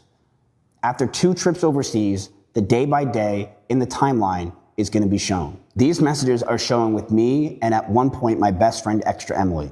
So Extra Emily knew that I wanted to break up with Emiru for a long time. And these messages are on the exact date that I broke up with Emiru on January 23rd, 2025. I messaged her and I said, bitch, I did it. I ended it. Emily said, shut up. No way. I'm free to call whenever. No fucking way! Wait, isn't Extra Emily still, like, friendly or in the same circles with Emiru? No fucking way! Oh my fucking god, really? No way! No way! I'm free to call whenever. I said, are you streaming? And she said, not until Saturday. And then I messaged her and I said, okay, I'll call in 5. The conversation didn't end there. Dude, driving isn't the only thing that Extra Emily is doing recklessly. Why would you want to sound that excited about one of your friends breaking up with your other fucking friend on text when you're a streamer? Leave that shit for the call. 2 days later, on January 25th, it was Emiru reaching out to talk things over with... Yeah, no, MIZKIF is giving very fucking homosexual vibes in those texts, I can't lie, you know? Referring to a woman as bitch. You're either very mad, or your mouth is full of cock. Extra Emily. And Extra Emily had already heard from me that it was over. So this is January 25th. You're either spitting feathers or you're spitting cum. Put it that way. 2025. Extra Emily says, okay. And then she says, she texted me to talk. I'm pretending like you didn't tell me the news. Okay, I'm talking to her on the phone soon. I then said, are you streaming tomorrow? And she said, no. So if this doesn't prove that Emiru is lying, that who broke up with who, I don't know what does. So now we're gonna move on to the stalking allegations and where I actually was. On February 2nd, 2025, about 10 days after we broke up, I flew to Japan. The reason why I flew to Japan is that I knew if I stayed in Austin, that we were just gonna get back together and get in the same loop that we had been in for almost a year. On February 21st, you go to Japan to be able to distract yourself from Emiru? Dude. It's fucking insane. Like, that is you are looking for a rebound. You are desperately trying to look for a fucking rebound. It is MIZKIF, right? Every time that we look into one of his fucking ex-girlfriend or ex-flings, they are always some kind of Asian, you know? Yellow fever like crazy. 2025, I came back to Austin and stayed about 3 weeks. Go and get some of the real thing. Yeah, no German in the mix. No German in the mix. When I'm caressing some kawaii honey, I don't want to be calling her shunk, okay? This is when my friend Simply had a party, which is the one that she ties to stalking, was on February 23rd, 2 days after I landed, about a month after we broke up. On March 16th, 2025, Maya the odd one out. That's why she got the fucking Starbucks bag, dude. Of course. You'd never treat an Asian like that. I flew back to Japan and stayed there for nearly 2 months. On May 12th, 2025, I returned to Austin for about 2.5 weeks. And in May 29th, 2025, I moved to Los Angeles. Stalking means being near someone and contacting them when they don't want it. For most of the year after we ended it, I was on another continent. I don't really know if that's exactly what stalking comes down to, alright? I think you can stalk somebody using fucking digital means. You can try and, like, locate exactly where they are, where they tend to frequent, right? And then in another state. Like, I'm pretty sure that her stalking allegation came down to her going to parties and MIZKIF ended up in the same place, right? I would have thought that the response to that would just be, I just happened to be invited to those parties, right? I put distance between us deliberately, more than once. And on my own stream, here is what I exactly said about it. That week, I made flights to Japan because I didn't want to sit around and wait possibly to get back together again. I have never talked to her in person since. I have been removed from OTK Discords. I did see her at a party once at Simply's house, one of my close friends. The house was very small and I opened the door. I said, whoops, I want to make it very clear I was not following her. It just happened that I was with someone she knew the entire night. The house is about 2,000 square feet with about 50 people. I, of course, was near her, but I was never following her. The specific incident she calls stalking is a party. Here's how she described it on her own stream from the certified transcript she filed herself. I made the mistake of thinking that I only had to cut him off through personal private communication, but I also had to start avoiding going to the same parties or places I was worried he'd be. There was a party that I attended. I was aware that he would be there and I thought it wouldn't be a big deal. We're adults, right? During this party, I felt like he was following me around and monitoring me, but I thought that that was just being paranoid. About 30 minutes later, the room that we're in, the door opens, it's Miz. He opens the door, makes eye contact with me, goes ooh, and closes the door and leaves.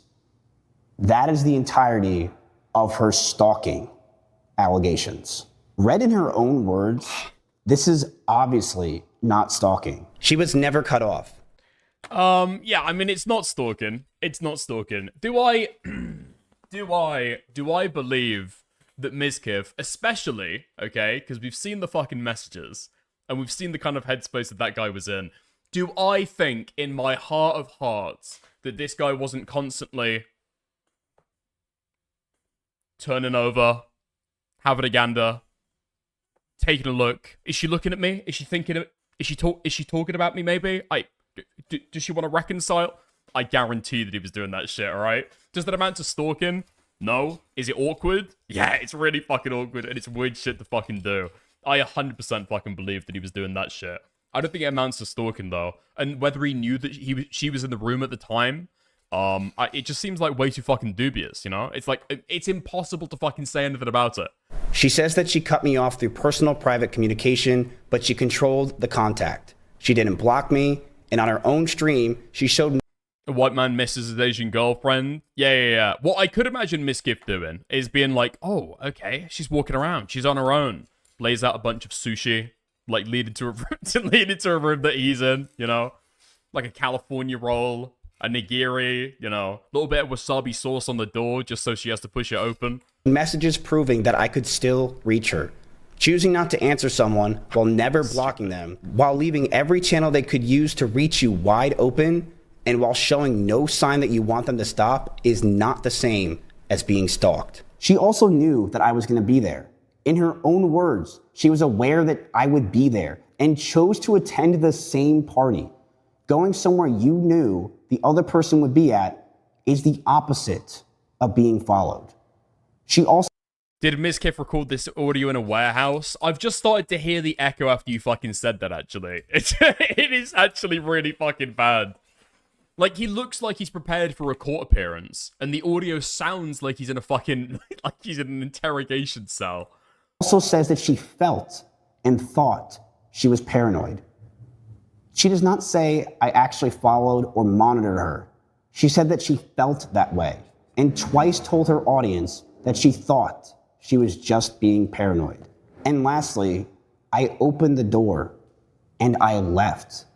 Her one You got concrete dicked. moment. Okay, bro, you're getting too big for your boots. Hey, yo. I just joined. Has he explained why this is styled like a graduate consultant's first client presentation complete with the obligatory Canva timeline? He's not, but I can explain it for you if you'd like, okay? So number one, he wants to dress a little bit more professionally so people don't think that he's rapists, because rapists never wear sweaters, okay? That's an important number one.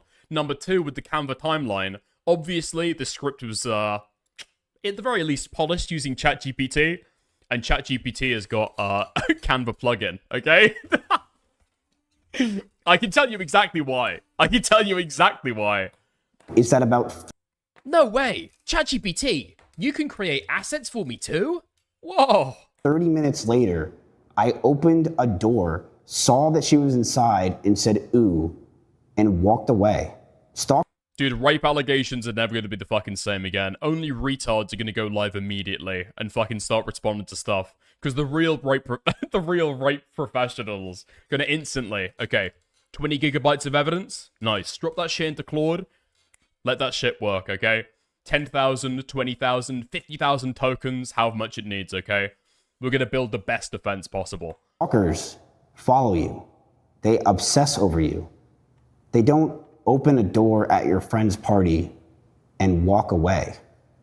This is the entire first-hand account in her own filing. On the strength of it, that she listed stalking among the crimes she accused me of. If I was stalking her, I would be the worst stalker on the planet.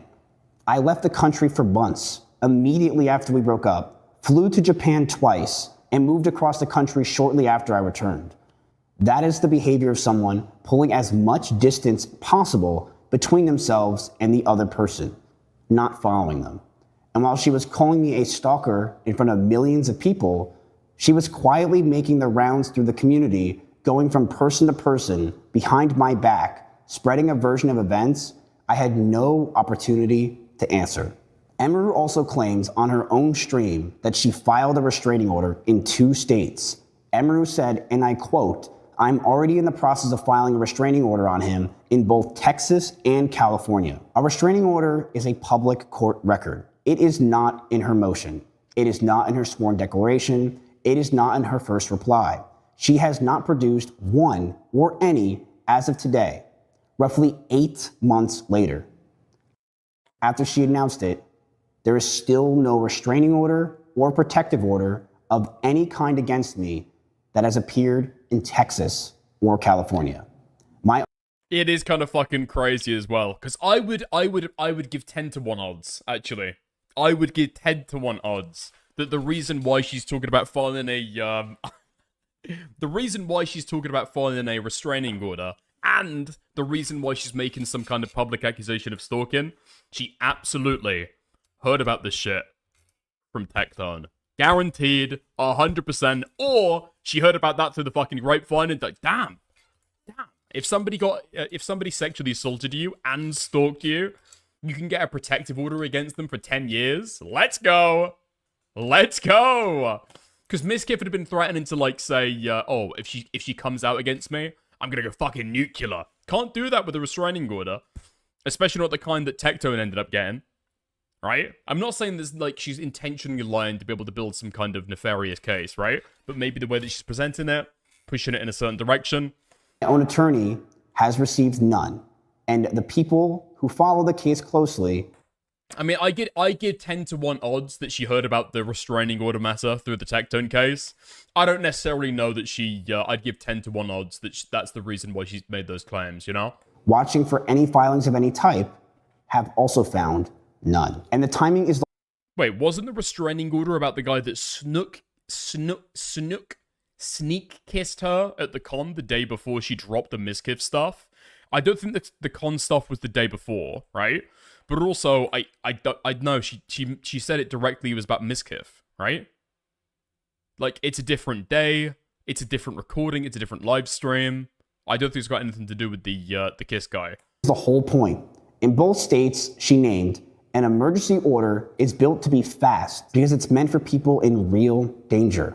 In California, a judge can grant a temporary restraining order the same day you apply, with a full hearing set. just 21 to 25 days later.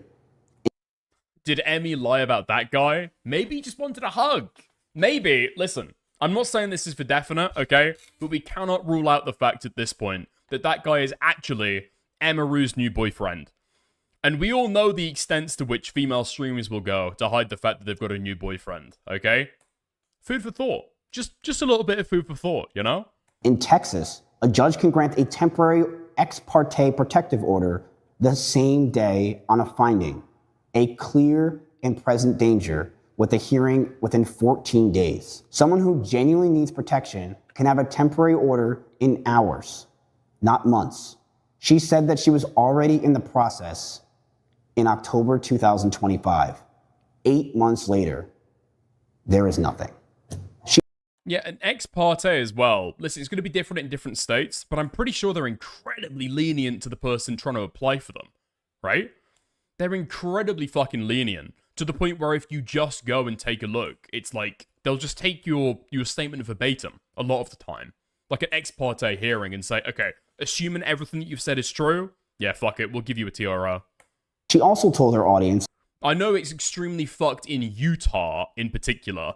I don't know if Texas is a red state and very conservative, so I'm not sure how it's going to play there. But yeah, a lot of these fucking states have got really lax TRO rules, especially for the initial bit. That my lawsuit was a bluff, that I couldn't win. In nearly the same breath, she predicted that I would sue her and waved it off in advance as meaningless. She put, and I quote, I would not be surprised if he tries to sue me for the stream that I did today and for coming out about him. Not because he thinks that he would win, but for PR reasons, like a slap lawsuit. Interesting. So on camera, she was sure of two things. A restraining order was already on the way, and that my case was baseless. It was a PR stunt that I couldn't win. Neither of those things have held up. There's been no restraining order or protective order that has ever appeared in Texas or California. And the judge who reviewed her motion to throw my case out recommended the opposite, that it moves forward. She told her audience I could not win. The court let me proceed. So here's the part that she leaves out about the party. Simply, whose party it was is one of my closest friends. We lived together for years. And at the time, we were going through our both breakups and dealing with our own problems. When I got back from Japan, he is the one who invited me. I was not there to find her. Wait. Please tell me, both going through our own breakups? Dude, please tell me it was Lakari. When did Lakari break up with Kuko? When did Lakari break up with Kuko? Can we track that shit down, make a timeline of it? While Simply was giving me a tour of his house, What? The question is, these are all public figures, right? They're likely all fucking streamers. Why doesn't MIZKIF want to name who it was? Opened the door. I saw 4 OTK members sitting there in the corner and closed it. And there was 4 OTK members at this party as well? Alright, I'm not going to make any definite claim on that. I'm interested. That is the whole opening the door moment that she describes as me stalking her. I want that to sink in, that is what she described as stalking. Moment she describes a tour of my best friend's house is me stalking her. And my own text from that night prove it in real time. I messaged Extra Emily asking why everyone was upstairs, what the group in the corner was about, and what was going on. I thought that they were making another version of OTK, and I got worried. And Extra Emily just told me to basically not worry at all. That was it. And she somehow labeled that as stalking. In May of 2025, 5 months after we broke up, I sent her a long message by her own account on her own stream. She received it. Oh, sorry. He just said Simply. Did he not name him as Simply? Oh, okay. I must have missed that then. Dude, these fucking Twitch streamers got retarded names. Why do you name yourself something like normal, like Dickers? And sat with how to respond until her friends told her it had to be AI. She said, and I quote, I had someone send me a massive apology message and I wasn't sure what to respond. I showed a couple of friends and they were like, this is literally ChatGPT. I had someone send me a massive apology message, and I wasn't sure if I wanted to respond, so I showed a couple friends and they were like, Emmy, this is literally ChatGPT. And I was like, oh. I guess I'm not responding. You could put it back into ChatGPT and be like, is this? Yeah, no, they did, and ChatGPT said it's probably ChatGPT. This is obviously about me because we were in a relationship the entire time that ChatGPT has existed. This was. Yeah, I'm pretty sure that didn't MIZKIF admit to using ChatGPT? Like, he put it back into ChatGPT to be able to get it fucking reword stuff, right? Like, according to him, this is the claim that he made. No, actually, he fucking showed this shit, right? He, like, copied and posted some statement that he'd written, and because he's, like, dyslexic or something, I don't know. He's, like, retarded. He asked ChatGPT to be able to rewrite his fucking love letter to Emiru. Months before. Yeah, he used it to, like, clean up the script. She even went public with an accusation. You do not consider how to respond to the person you say sexually assaulted, abused you, and stalked you. The only thing that stopped her was that her friends decided that my words were too well written to be mine. Think about that. I would like to now talk about the abuse claim that I'm thinking about it. Putting something into ChatGPT to rewrite something is like the opposite of how to use it. What do you mean? That's not fucking true. What do you mean? That's a great way to be able to do, like, I don't know, spell checks or make something more concise.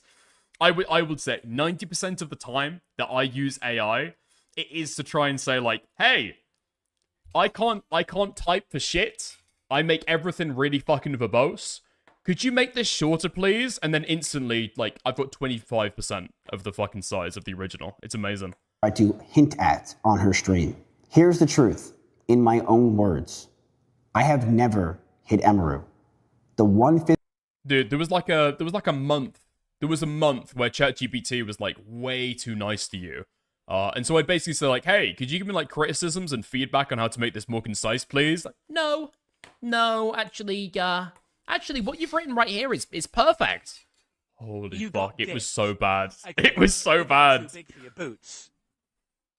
Why is he the brown version of Dicker's Skinwalking? True! Very true. And thank you for the $2 about it. I am kind of sick of it, to be honest. You know? The strong eyebrows, the stubble, the sweater, even the essay! He's stealing all my best bits! Physical thing that ever happened was an accident. I had a habit of tossing my phone onto my bed, and one time it bounced off the mattress and caught her in the eye, and it... Ooh, the hotly debated topic of the black eye and the phone. Left a bruise. I felt terrible about it. I apologized immediately. I stopped throwing my phone that day, and we moved past it. That is the only time I ever hurt her, and it was not on purpose. What makes that more than just my word is that, at the time, her own account matched it in 2022. When she had the bruise, she did not call it abuse to anyone. She called it an accident both publicly and in private. I think I do remember her saying that. Even during what she said in her stream, she called it a fucking accident, right? I mean, the idea, because MIZKIF was the one who explained more about what happened. And then people have been like, no, actually, you, like, threw your phone at her to cause grievous bodily injury or something like that. I don't know. Emiru's best friend at the time's chat room on August 11, 2022, surrounded by all of Emiru's close friends and even her brother, she said the same thing. When a friend asked her directly whether something had given her the black eye, she answered that it was not intentional and called the whole thing a funny story that she would explain later. Verbatim, did someone knock you out, Emily? Emiru said, not intentionally. I got a black eye a week or two and it's finally almost gone. It's a long story, but funny as fuck. LOL, I'll DM you later. There was never a police report. There is nothing in any record from that time that treats this as an abuse in calls, text messages, or anything that me and Emiru had. It was not called intentional abuse. I fell down the stairs type excuse. I'm pretty sure that Emiru even said during the live stream that it was accidental, right? That he'd thrown something at her accidentally and then given her a black eye. I'm like 99% sure of some kind of recollection about that, right? Until 3 years later, when Emiru went live. The bruise never changed. The story about it did. Okay, dude, listen. Your ex-girlfriend never took you back because you were using AI at the time, alright? I'm afraid the same thing might happen to the public if you carry on using it. Holy fuck. I will also have The bruise never changed. The story did. It's just... more messages about this, as my lawyer lets me show. It's like you put something into AI to be able to generate a fucking script, and you sound like the most melodramatic fucking F-slur on earth. It's so bad. It's literally not even good writing either. That this was never abuse, and Emiru has changed the story of it. I believe he threw it at her on purpose in anger, but didn't intend or consider the potential to hurt her. I mean, if you have that, that's like pure speculation that you have because you just don't like MIZKIF, right? Or you've got some kind of like, you've got some kind of negative inference there that's leading you to that story, right? Maybe that's fair. Maybe you can have that fucking negative inference, sure. And the other times that he's got really fucking angry, he's, punched walls or done something else. He's took out his frustrations on something else. He slammed fucking doors. And then the only time that you can find that he's actually ended up hurting Emiru, he seems to give a plausible excuse for why it was fucking, why it was an accident, right? To fit her narrative, to make people think that I am a monster. It's a he said, she said on the phone for the phone thing. I don't think it's a he said, she said. I don't think it's a he said, she said. Has she said that he intended to do it? We might need to go back to original fucking live stream. I'm like 80% sure that when she originally said it, she said that it was an accident. Yeah, he didn't mean to hit her with the phone, but didn't he have a history of angrily throwing water bottles and shit at her? So the fact he angrily threw the phone and it happened to hit her is part of a pattern. You might have to find me a quote on the water bottle stuff because I don't remember that. Emiru has accused me of sexual assault, stalking, and abuse. These are all crimes. In the time since, there has been no arrests, no criminal charges, no prosecution, no police complaints against me. That's a good point. We might need a little bit more context when that happened originally, okay? Was she thirsty?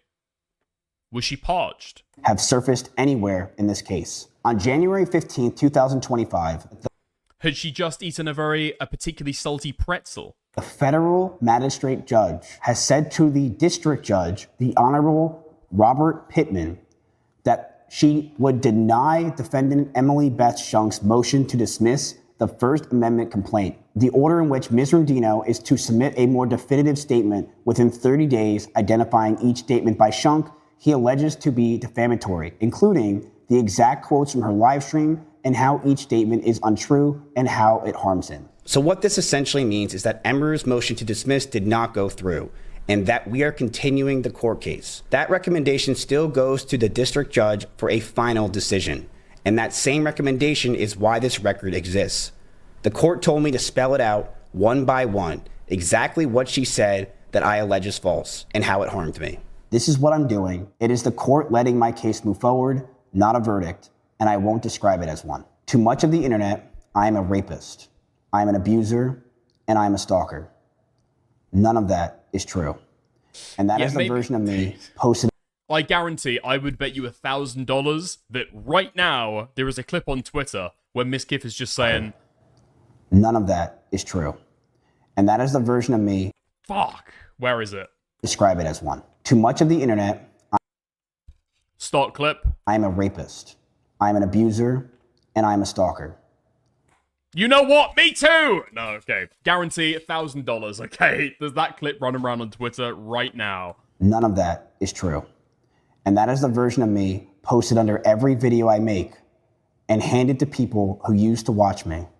People I worked with and people who have never met me. It has cost me my reputation that I've worked 10 years for. It has reached my family, it has reached my friends, and it has hurt my work directly. Making content, getting sponsors, and using the platform I spent years building, the same community she built her following on. And it did not stay online. At multiple events, I have been called a rapist. And at one event, minutes after I picked up a wristband, 3 security guards walked me out in front of everyone and post-mock. Are we back? Are we back? Are we back? Okay. Yeah, my router melted. Most of the last 8 months. And I decided to stay inside because of that. This is a girl named Meg who said, imagine being such a prick you got kicked out of the FlyQuest party after showing up uninvited. This is another tweet. LOL, MIZKIF got kicked out of the FlyQuest party after getting rejected on the Partyful app. And then someone asked, what is... Wait, what the fuck is FlyQuest? Can I ask that? What the fuck is FlyQuest? Damn Dickers, you look sweaty. That's because I am sweaty, retard. FlyQuest. Von Dutch, isn't that Charlie XCX? Am I wrong? FlyQuest. This party, also, what is the Partyful ALR? Thanks for ahead of time. She said, FlyQuest is a professional esports organization based in the United States. Okay. He was rejected from an esports party, showed up anyway, and got kicked out instantly. So they tried to paint... Okay, TLDR, he was ejected from an esports party. Okay. Showed up anyway, and got kicked out instantly. So they tried to paint a narrative that I was kicked out and that I was not invited. I want to make it very clear. I was invited by my friend Alana. She just texted me and said go. And I have been to hundreds of parties before Emiru's allegations with no problem in any way, shape, or form. And I got texted by Alana to go to this party with my friend Jeannie. We show up, we did get wristbands immediately, and we were able to walk in. 15 minutes later was when I was escorted out. I never had a problem getting into the party. I showed my ID just like everyone else and waited in line and was immediately let in, only to be almost immediately let out. This was not a case of someone who was simply disliked. And before I left for Japan, after I broke up with Emiru, I was around creators of every kind. And when I came back, almost no one spoke to me. And while I was in Japan, Emiru went through all of my old friends and everyone that we were friends with and spread lies about me. And instead of going to the police or any legal channel, she went straight to the people who mattered the most in my life. That is a pretty fucked circumstance to end up in, especially with, like, streaming. I mean, it's defamation per se, so none of this shit's gonna fucking happen, right? But I mean, like, isolating you from your friendship group does end up fucking you over financially, you know? Now, oh, fuck. Now, the difficulty here is that MIZKIF could, I guess, it's a free country, try and sue over that stuff. Unfortunately, he can't. And his own case may, in fact, be used as precedent. The case that he had against, or the case that Adriana Lee had against him, right? Because she complained about the exact same shit. So I guess that I'm not actually this upset about this happened to MIZKIF. Because this feels like fucking karma, okay? I think I said when MIZKIF originally started coming out against Tectone, alright? We were gonna do total fucking MIZKIF amnesty. We're bringing this shit back up again. So after Adriana Lee got essayed by Crazy Slick, MIZKIF then started running around saying, hey, this girl made crazy allegations about my friend. Ooh, don't talk to me. They saw each other in public and he, like, is pretending to be like a little fucking girl or something. Ooh, don't talk to me. Don't talk to me. You tried to Me Too my friend or something like that. Anyway, she ends up getting completely cut out of the Austin streamer space. This is all according to her, of course, but she tried to sue over that. And she didn't win, right? He was able to win his fucking case and rebuff it. So if he wants to make a similar claim against Emiru, unfortunately, it's fallen on fucking deaf ears. These whisper campaigns in the background. Yeah, I don't know. That feels like he's getting what he's got in my career, whether out of bitterness that I was the one who ended it, or he's getting what he's given. You know what I mean? Or for some other reason, I cannot say. What I can say is that friends stepped back, not for anything I did, but for what she told them while I wasn't in the room. And the harm was done before I even said a single word. People watched Emiru's live stream and came almost immediately to every place you can find me and said that I was a rapist and destroyed my name. A false story then took hold that I had admitted to everything when I hadn't. When I spoke, I denied everything, and you can see it on my YouTube channel. And the file transcript proves it. But people who had already made up their mind repeated the false version anyway. Her words were chosen with care, precise enough to be legally actionable, vague enough to let an audience picture the worst. She never had to say rapist. She said sexual assault. And to the millions of people that she said that to, people now call me rapist to my face. That is the harm. It is ongoing. It is every day. And that is why this record exists. Before the breakup, I was not an outcast as many of you think. I was the center of this community. This is the opposite. There's no way that this is fucking true, right? There's no way that this is fucking true. This guy said that he'd been iced out and he had no friends forever. And it's difficult to tell because he does try and self-victimize himself so much. He was the center of the streaming orbit there. He had been in Japan for a year. Opposite of the story that people now tell about me. In the year before the breakup, 2024. Well, it's not the story that other people tell about you. It's the story that you told about yourself. I've got no friends. Nobody wants to hang out with me. This was well before the fucking Emiru allegations. My house was constantly having people there. I had 4 or 5 creators staying at my house almost every single night. I had Extra Emily who was in the backyard doing something. I was hosting something, streaming with others, and collaborating with people across the entire Twitch scene. In the year that people try to paint that I was a nobody, I had over 100 collaborations with other creators, and I helped lead OnlyFans, the hardcore World of Warcraft guild that had over 300,000 active people checking in on it every single day, that SOUTHPAW and I ran together, which brought more than 300 creators into the same guild. And that was just a single month. In October 2024, 3 months before our breakup, I collaborated with Fusely, Pokimane, the Botez sisters. Oh, fuck. Ignore that. I'm retarded, okay? He's not talking about before the allegations got made public. He's talking about before she shit-talking him behind the scenes, right? He's talking about at the time of the breakup, or before the breakup. T10 Nat, Hassan, and Extra Emily. I had a boys' night with NMP, E-Rob, and my friend Dave.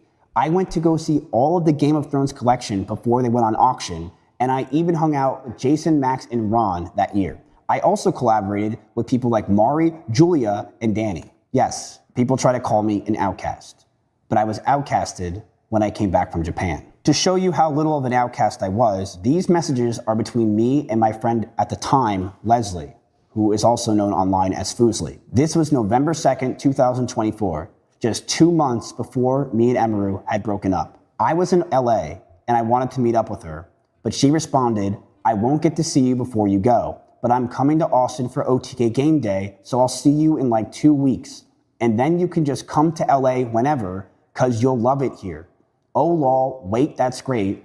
What was your apartment complex called? On November 4th, 2024, she then tells me her apartment number. This was someone that I once called one of my closest friends. Look at me. I was flying high.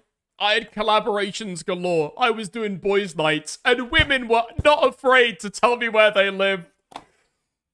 I don't have that privilege anymore. Fusely, wanting me to move to LA as I was telling her 2 months before I broke up with Emiru that I wanted to move to LA and get out of Austin, Texas.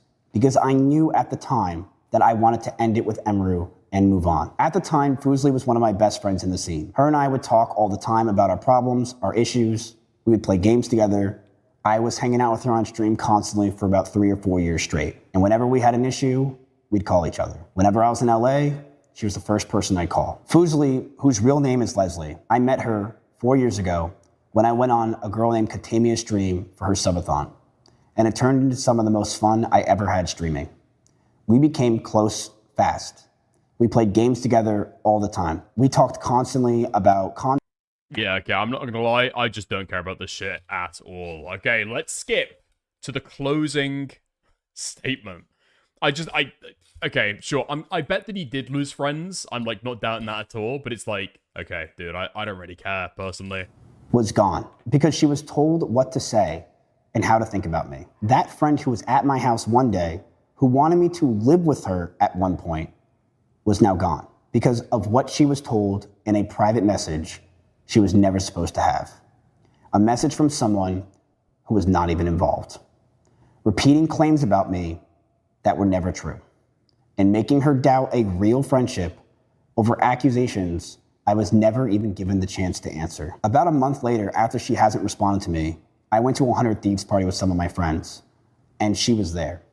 And Fusely walked up to me that night and began crying on my shoulder. When I asked her what was wrong, she told me that we could not hang out anymore because of what she heard I did to Emiru. At the time, I had no idea what was going on and what people were saying about me, and I would ask her to tell me what was said, but she would say no more. I tried to reach out to Foosley afterwards multiple times. She never responded. On June... Wait, hold on. Do we have some kind of response from this Foosley person? Have they spoken about this shit? Is this the person that they're talking about? Oh, it fucking is, right? Pronounced Foosley, streamer and content creator for 100 Thieves. This is the person, right?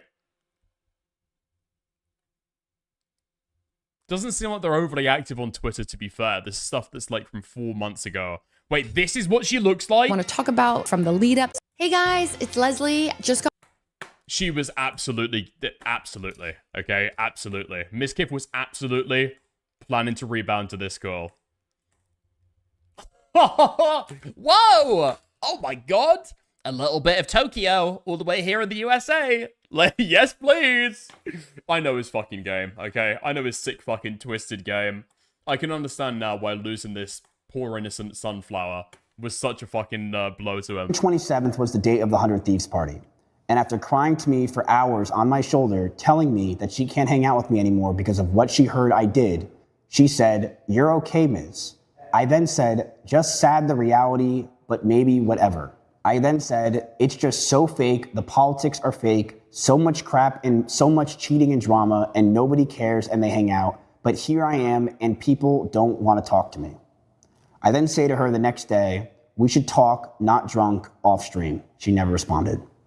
And on March 4th, to my friend Foosley, I said to her, "I hope one day we can hang out," and you can see that she lied. So you have one day where she's at my house having fun, the next day Cutie Cinderella messages her, and then she never talks to me again. Wait, oh fuck! Dude, do I go back through this shit again? Cutie Cinderella was involved with pushing this shit behind the scenes. I don't get why people do this shit. I kind of don't know why people do this shit. If somebody else is making fucking allegations against somebody, that's kind of like their thing, right? To then take that baton and start running, I don't get it. I don't get it personally. This is what was constantly happening to me for about... And maybe you think you're doing something like good for your friend by pushing out social circles, I guess, or like pushing it forward and making sure that people don't associate with the bad person. I guess. Cute has a white bitch savior complex. Is that the angle we're going with? Cutie Cinderella has got a white savior complex, and she saw the poor little Asian girl in trouble. Yeah, maybe. A year until Emiru came out through allegations. I was not an outcast. I was friends with every creator. I slowly became an outcast over that year as Emiru's lies were spread amongst the community, and nobody told me what was really going on. For almost a year now, I have been forced to live inside a bubble that isn't mine. I hate to bring this up again, but isn't this similar to Aiden's soul? This is... No. And it doesn't feel real. You are... Dude, Dan Jr., you've got a little fucking crumb of gay rape. We had the Parlo stuff with Internet Adjacent many, many months ago, and you've been fucking fiending for some gay rape drama ever since. No, this is actually not like the Aiden Soul drama at all. I've been wrongfully punished and treated and seen as a man that I am not. I've been labeled a rapist, an abuser, and a stalker. 3 words I have never been. Wrongfully attached to my name and my reputation and my community for the entire world to treat me as such. It took more than my name. It took my reputation, it reached into my family's life, and it has completely destroyed me as a person. I don't wish any of this that has happened to me among my worst enemies. There were nights... Miz did blow some drag queen or transgender or whatever. Really? Did that come out? I'm unaware of this. This guy's got fucking broad horizons, huh? Bro, you're getting too big. Although it's fair. Yo. Thank you for the 2, Lizzie. I mean, you're rolling around with the fucking rice bunnies. You're gonna accidentally get like a transgender in the net occasionally, you know? Every now and again. It's gonna happen eventually. It would have been easier to just disappear. To be quiet, to let the loudest version of the story become the only one. But it didn't disappear. Basically, when you're fishing for... You're gonna end up with some gawk, right? And I'm not going to. This is not the first time, and it will not be the last time that I will address these allegations.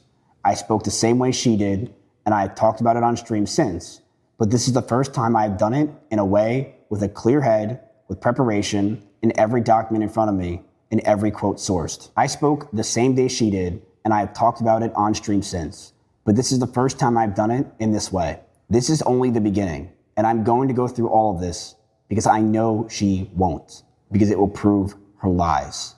Because the truth doesn't ask me to shout, it only asks me to stay.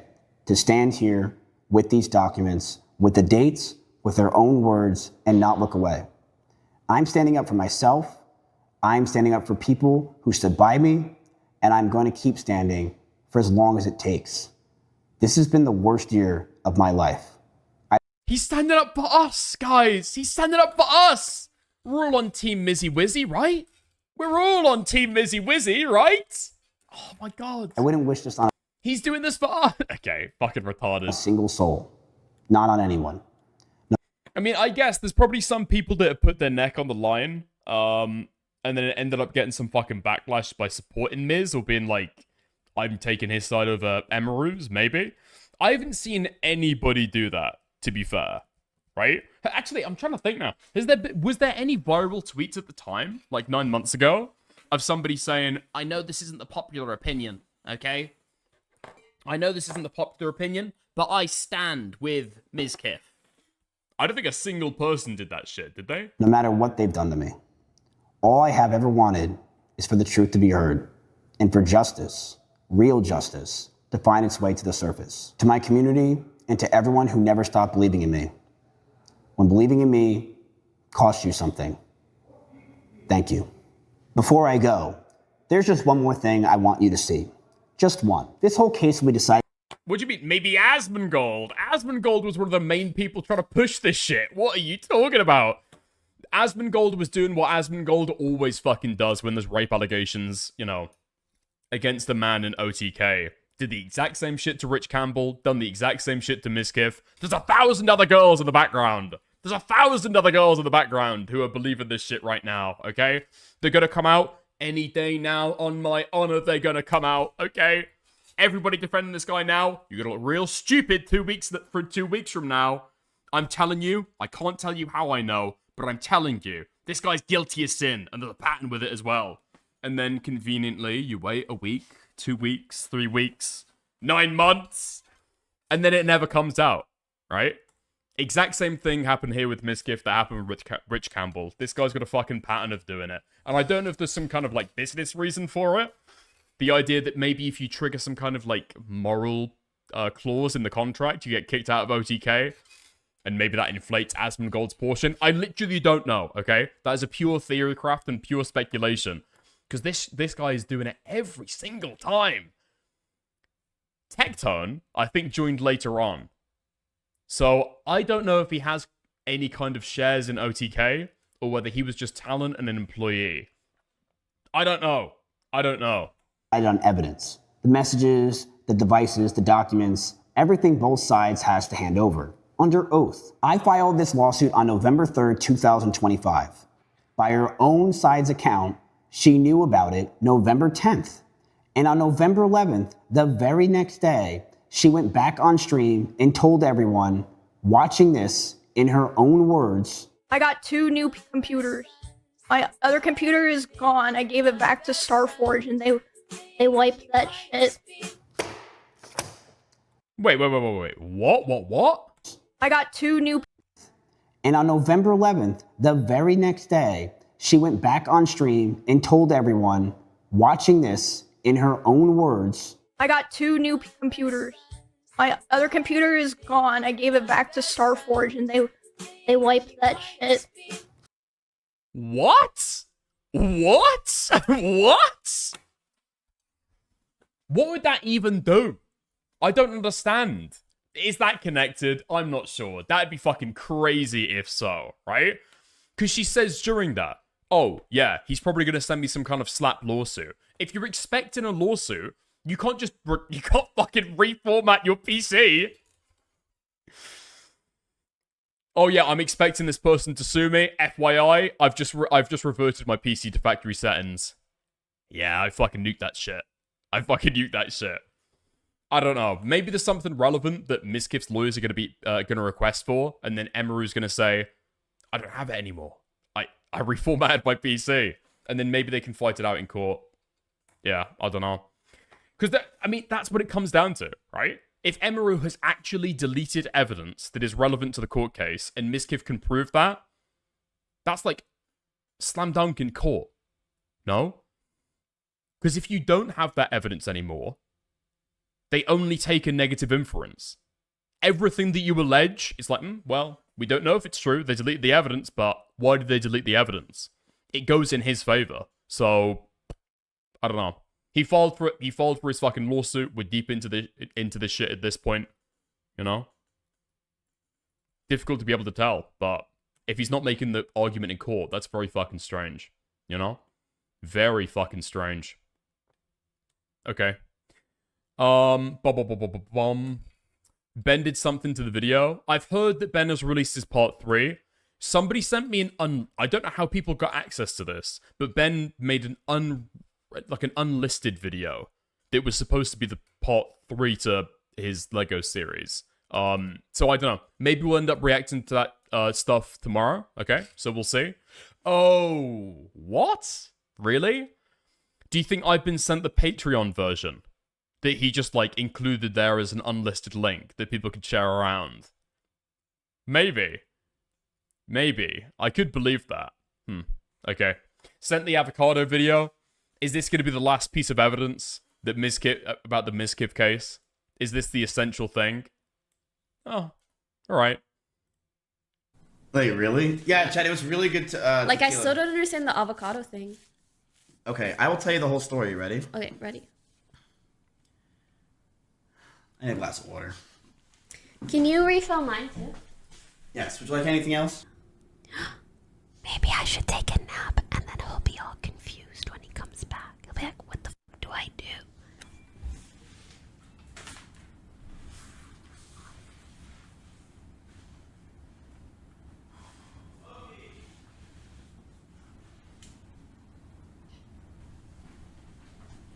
Sorry I'm late.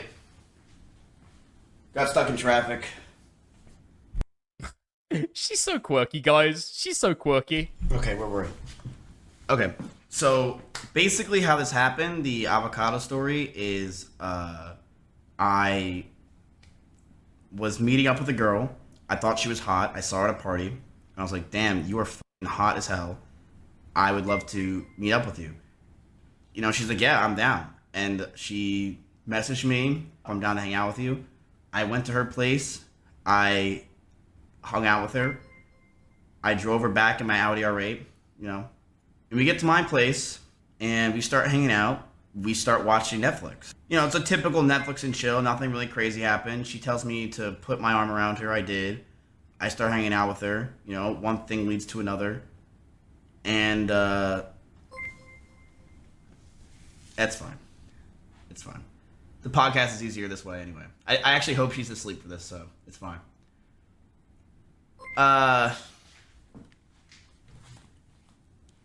So there I was, a young buck in a scene, and looking for my dough. And I'm with this girl in my room, and we start making out, you know. I make sure to put on the most boring thing in the world on Netflix, so we just, you know, to Stranger Things. That shit bored us to sleep. One thing leads to another. I start touching, you know, going her boobs. And she stops me. And she's like, Ms., I have to tell you something. And I said, what? I've been lying to you this entire time. So what do you mean? She's like, Ms., would you hate me if I lied? I'm like, lied about what? What can you lie about? What's wrong? And she's like, Ms., I have a penis.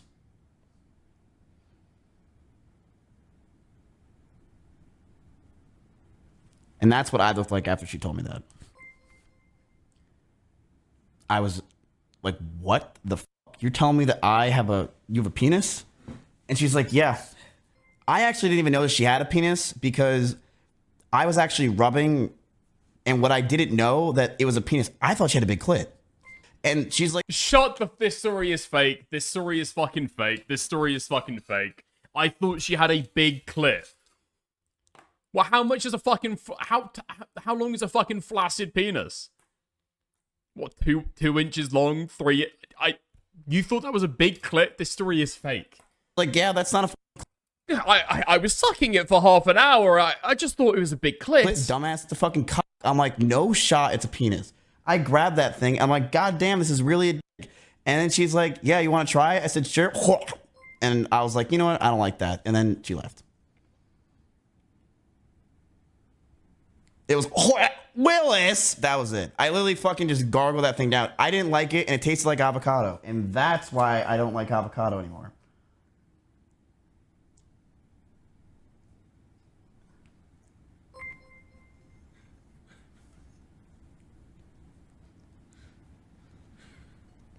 There's no way this is true. You want your water?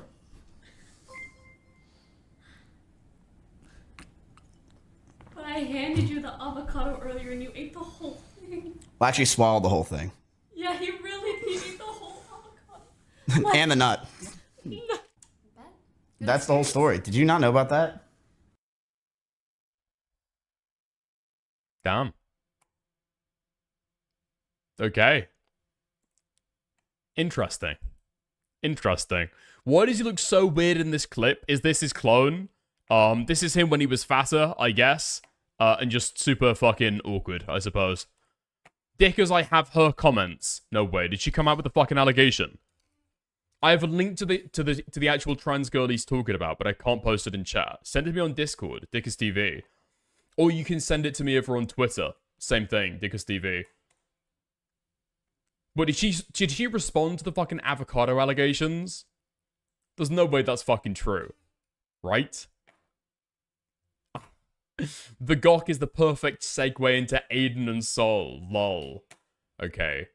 Oh, that's not it. That's not it. That's not it. Wait, what? Oh, there's a little extra thing to the fucking MIZKIF stuff, I guess. While I'm waiting on that person to send me that over, I guess I'll go ahead and have a look. Streamer Dean So Cool was shocked when the infamous cousin fucker Kathleen typed in his chat right after he took a shot at her while reacting to the MIZKIF video. This girl is still popping up. Protected emotional truth. She said, and I quote, her story is admirable, and in telling it, she is stating her emotional truth, not some statement. Isn't that the same thing? Remember that girl that fucked her cousin? What's her name? Isn't that the same thing?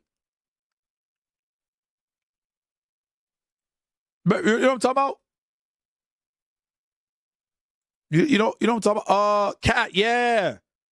That's what she said, right? Sorry. Of decisive fact. My attorney.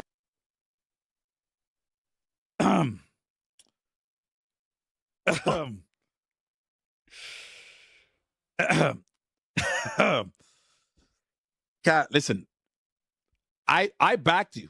Listen, I said this from the get-go. I wanted shit on you. Now, you feel me? Like, I just said I want to do what you did, but you like. What the fuck is this guy doing? The girl is literally in her chat right now, in his chat right now, after he's like, oh yeah, she fucked the cousin. Oh yeah, isn't that what she said? Clearly insinuating the essay claims were fake. And then also reminding everybody that she's literally a fucking incestual freak. Yeah, listen, I didn't say, listen, okay? Can we, Weird. Black on black snark. It's just, I don't know. It's like streamers talking shit, and then when somebody actually hops in the fucking chat, they can't stand by it. Very odd. Very strange. Back on the case. We need a stream with her. Of the avocado girl. Okay? Girl from MIZKIF's avocado story responds. Who? Girl, the real tea is not the avocado girl, it's me, and trust me,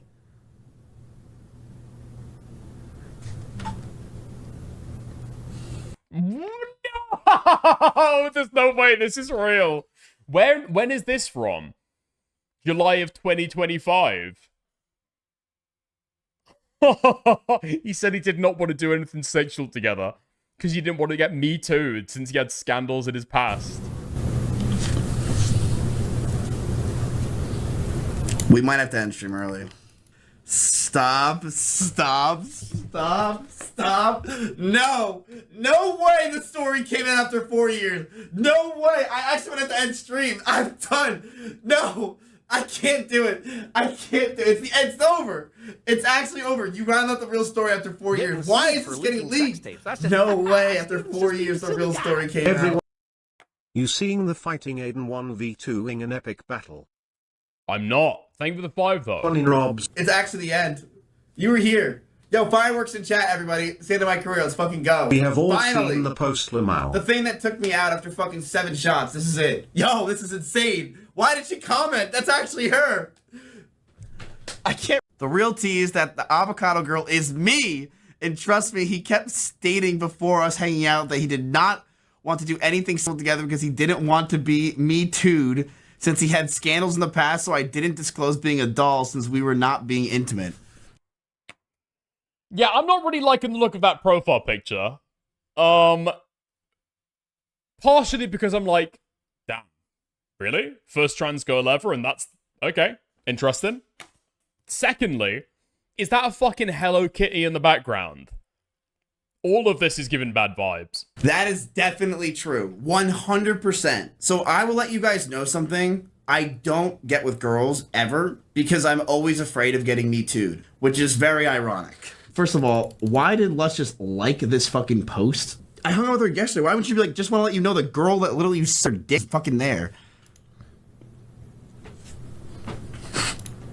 We met at a mutual friends party in Austin. I was visiting from New York City and had no idea who he was when I met him. We exchanged numbers on Instagram and spoke about meeting up. He picked me up during the ride. Yep. We spoke heavily on not doing anything with each other as he was afraid of girls making allegations and exposing him for attention. True. Plus, as a doll, which means that you're gay, or I still don't understand the vernacular. I have to talk to Valkyrie about it. I don't just hook up with anyone until I plan to be intimate with them, so that's why I didn't disclose. When we got there, I got a tour of his place, met his housemates, and then we went to his stream room and started watching the show. This is when he initiated a kiss with me, and I was surprised as fuck, honestly. It was then I told him I made a mistake going there and disclosed that I was a doll. He kept saying he didn't believe me, and to prove it... Sounds like a fiction. So, dude, there's no fucking way this is true. This sounds rapey as shit. I don't believe that you're trans. You gotta prove it to me. Slap that shit over my face right now. I allowed him to touch. How did it end up in his fucking mouth? Me at that point.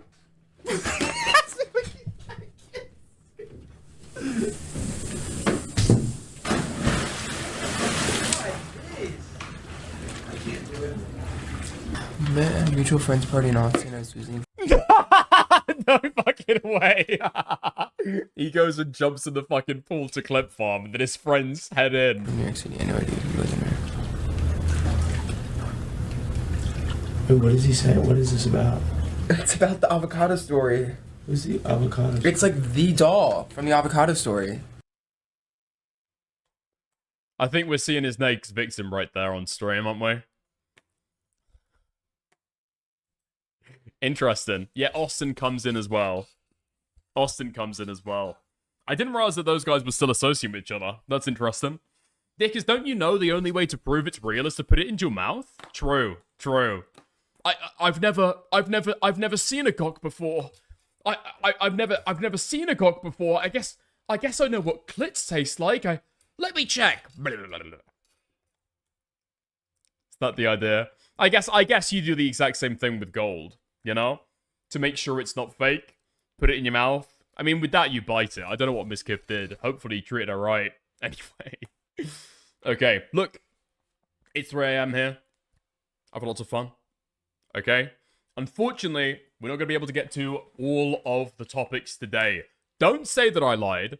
Don't say that I lied. We are going to be watching the gay drama soon. I will give my take on that, because I think there's a little bit of extra that's coming out of that. So we might do it as like a big segment. And then we'll probably cover some of the fucking, the Count Binface shit as well. Breaking! The Count Binface party is an 8% of... Wait, really? An 8% chance of winning the Clacton by-election. Okay? That's fantastic shit. Right. There's probably a lot of Americans that have got no fucking clue what's going on there, so I'll cover that tomorrow and let you into it. It's an actually interesting little story. I don't know if that shit penetrates into America. I don't know if you see, like, when we have the fucking monster raving loony party, you know, coming in and doing fucking crazy hijinks at UK elections. I don't know if news of that ends up going over to the rest of the fucking, to the United States, but, yeah, anyway. Okay, I'll cover that shit tomorrow, rather than fucking rambling about it now. Okay? Favorite part-time streamer? Yeah, at this point, yeah, okay. We'll be back tomorrow, be streaming earlier, hold me to that, okay? I'll see you then, we'll do a longer stream tomorrow, and I'll get to all of the things that I've said that I want to be fucking catching up on, alright?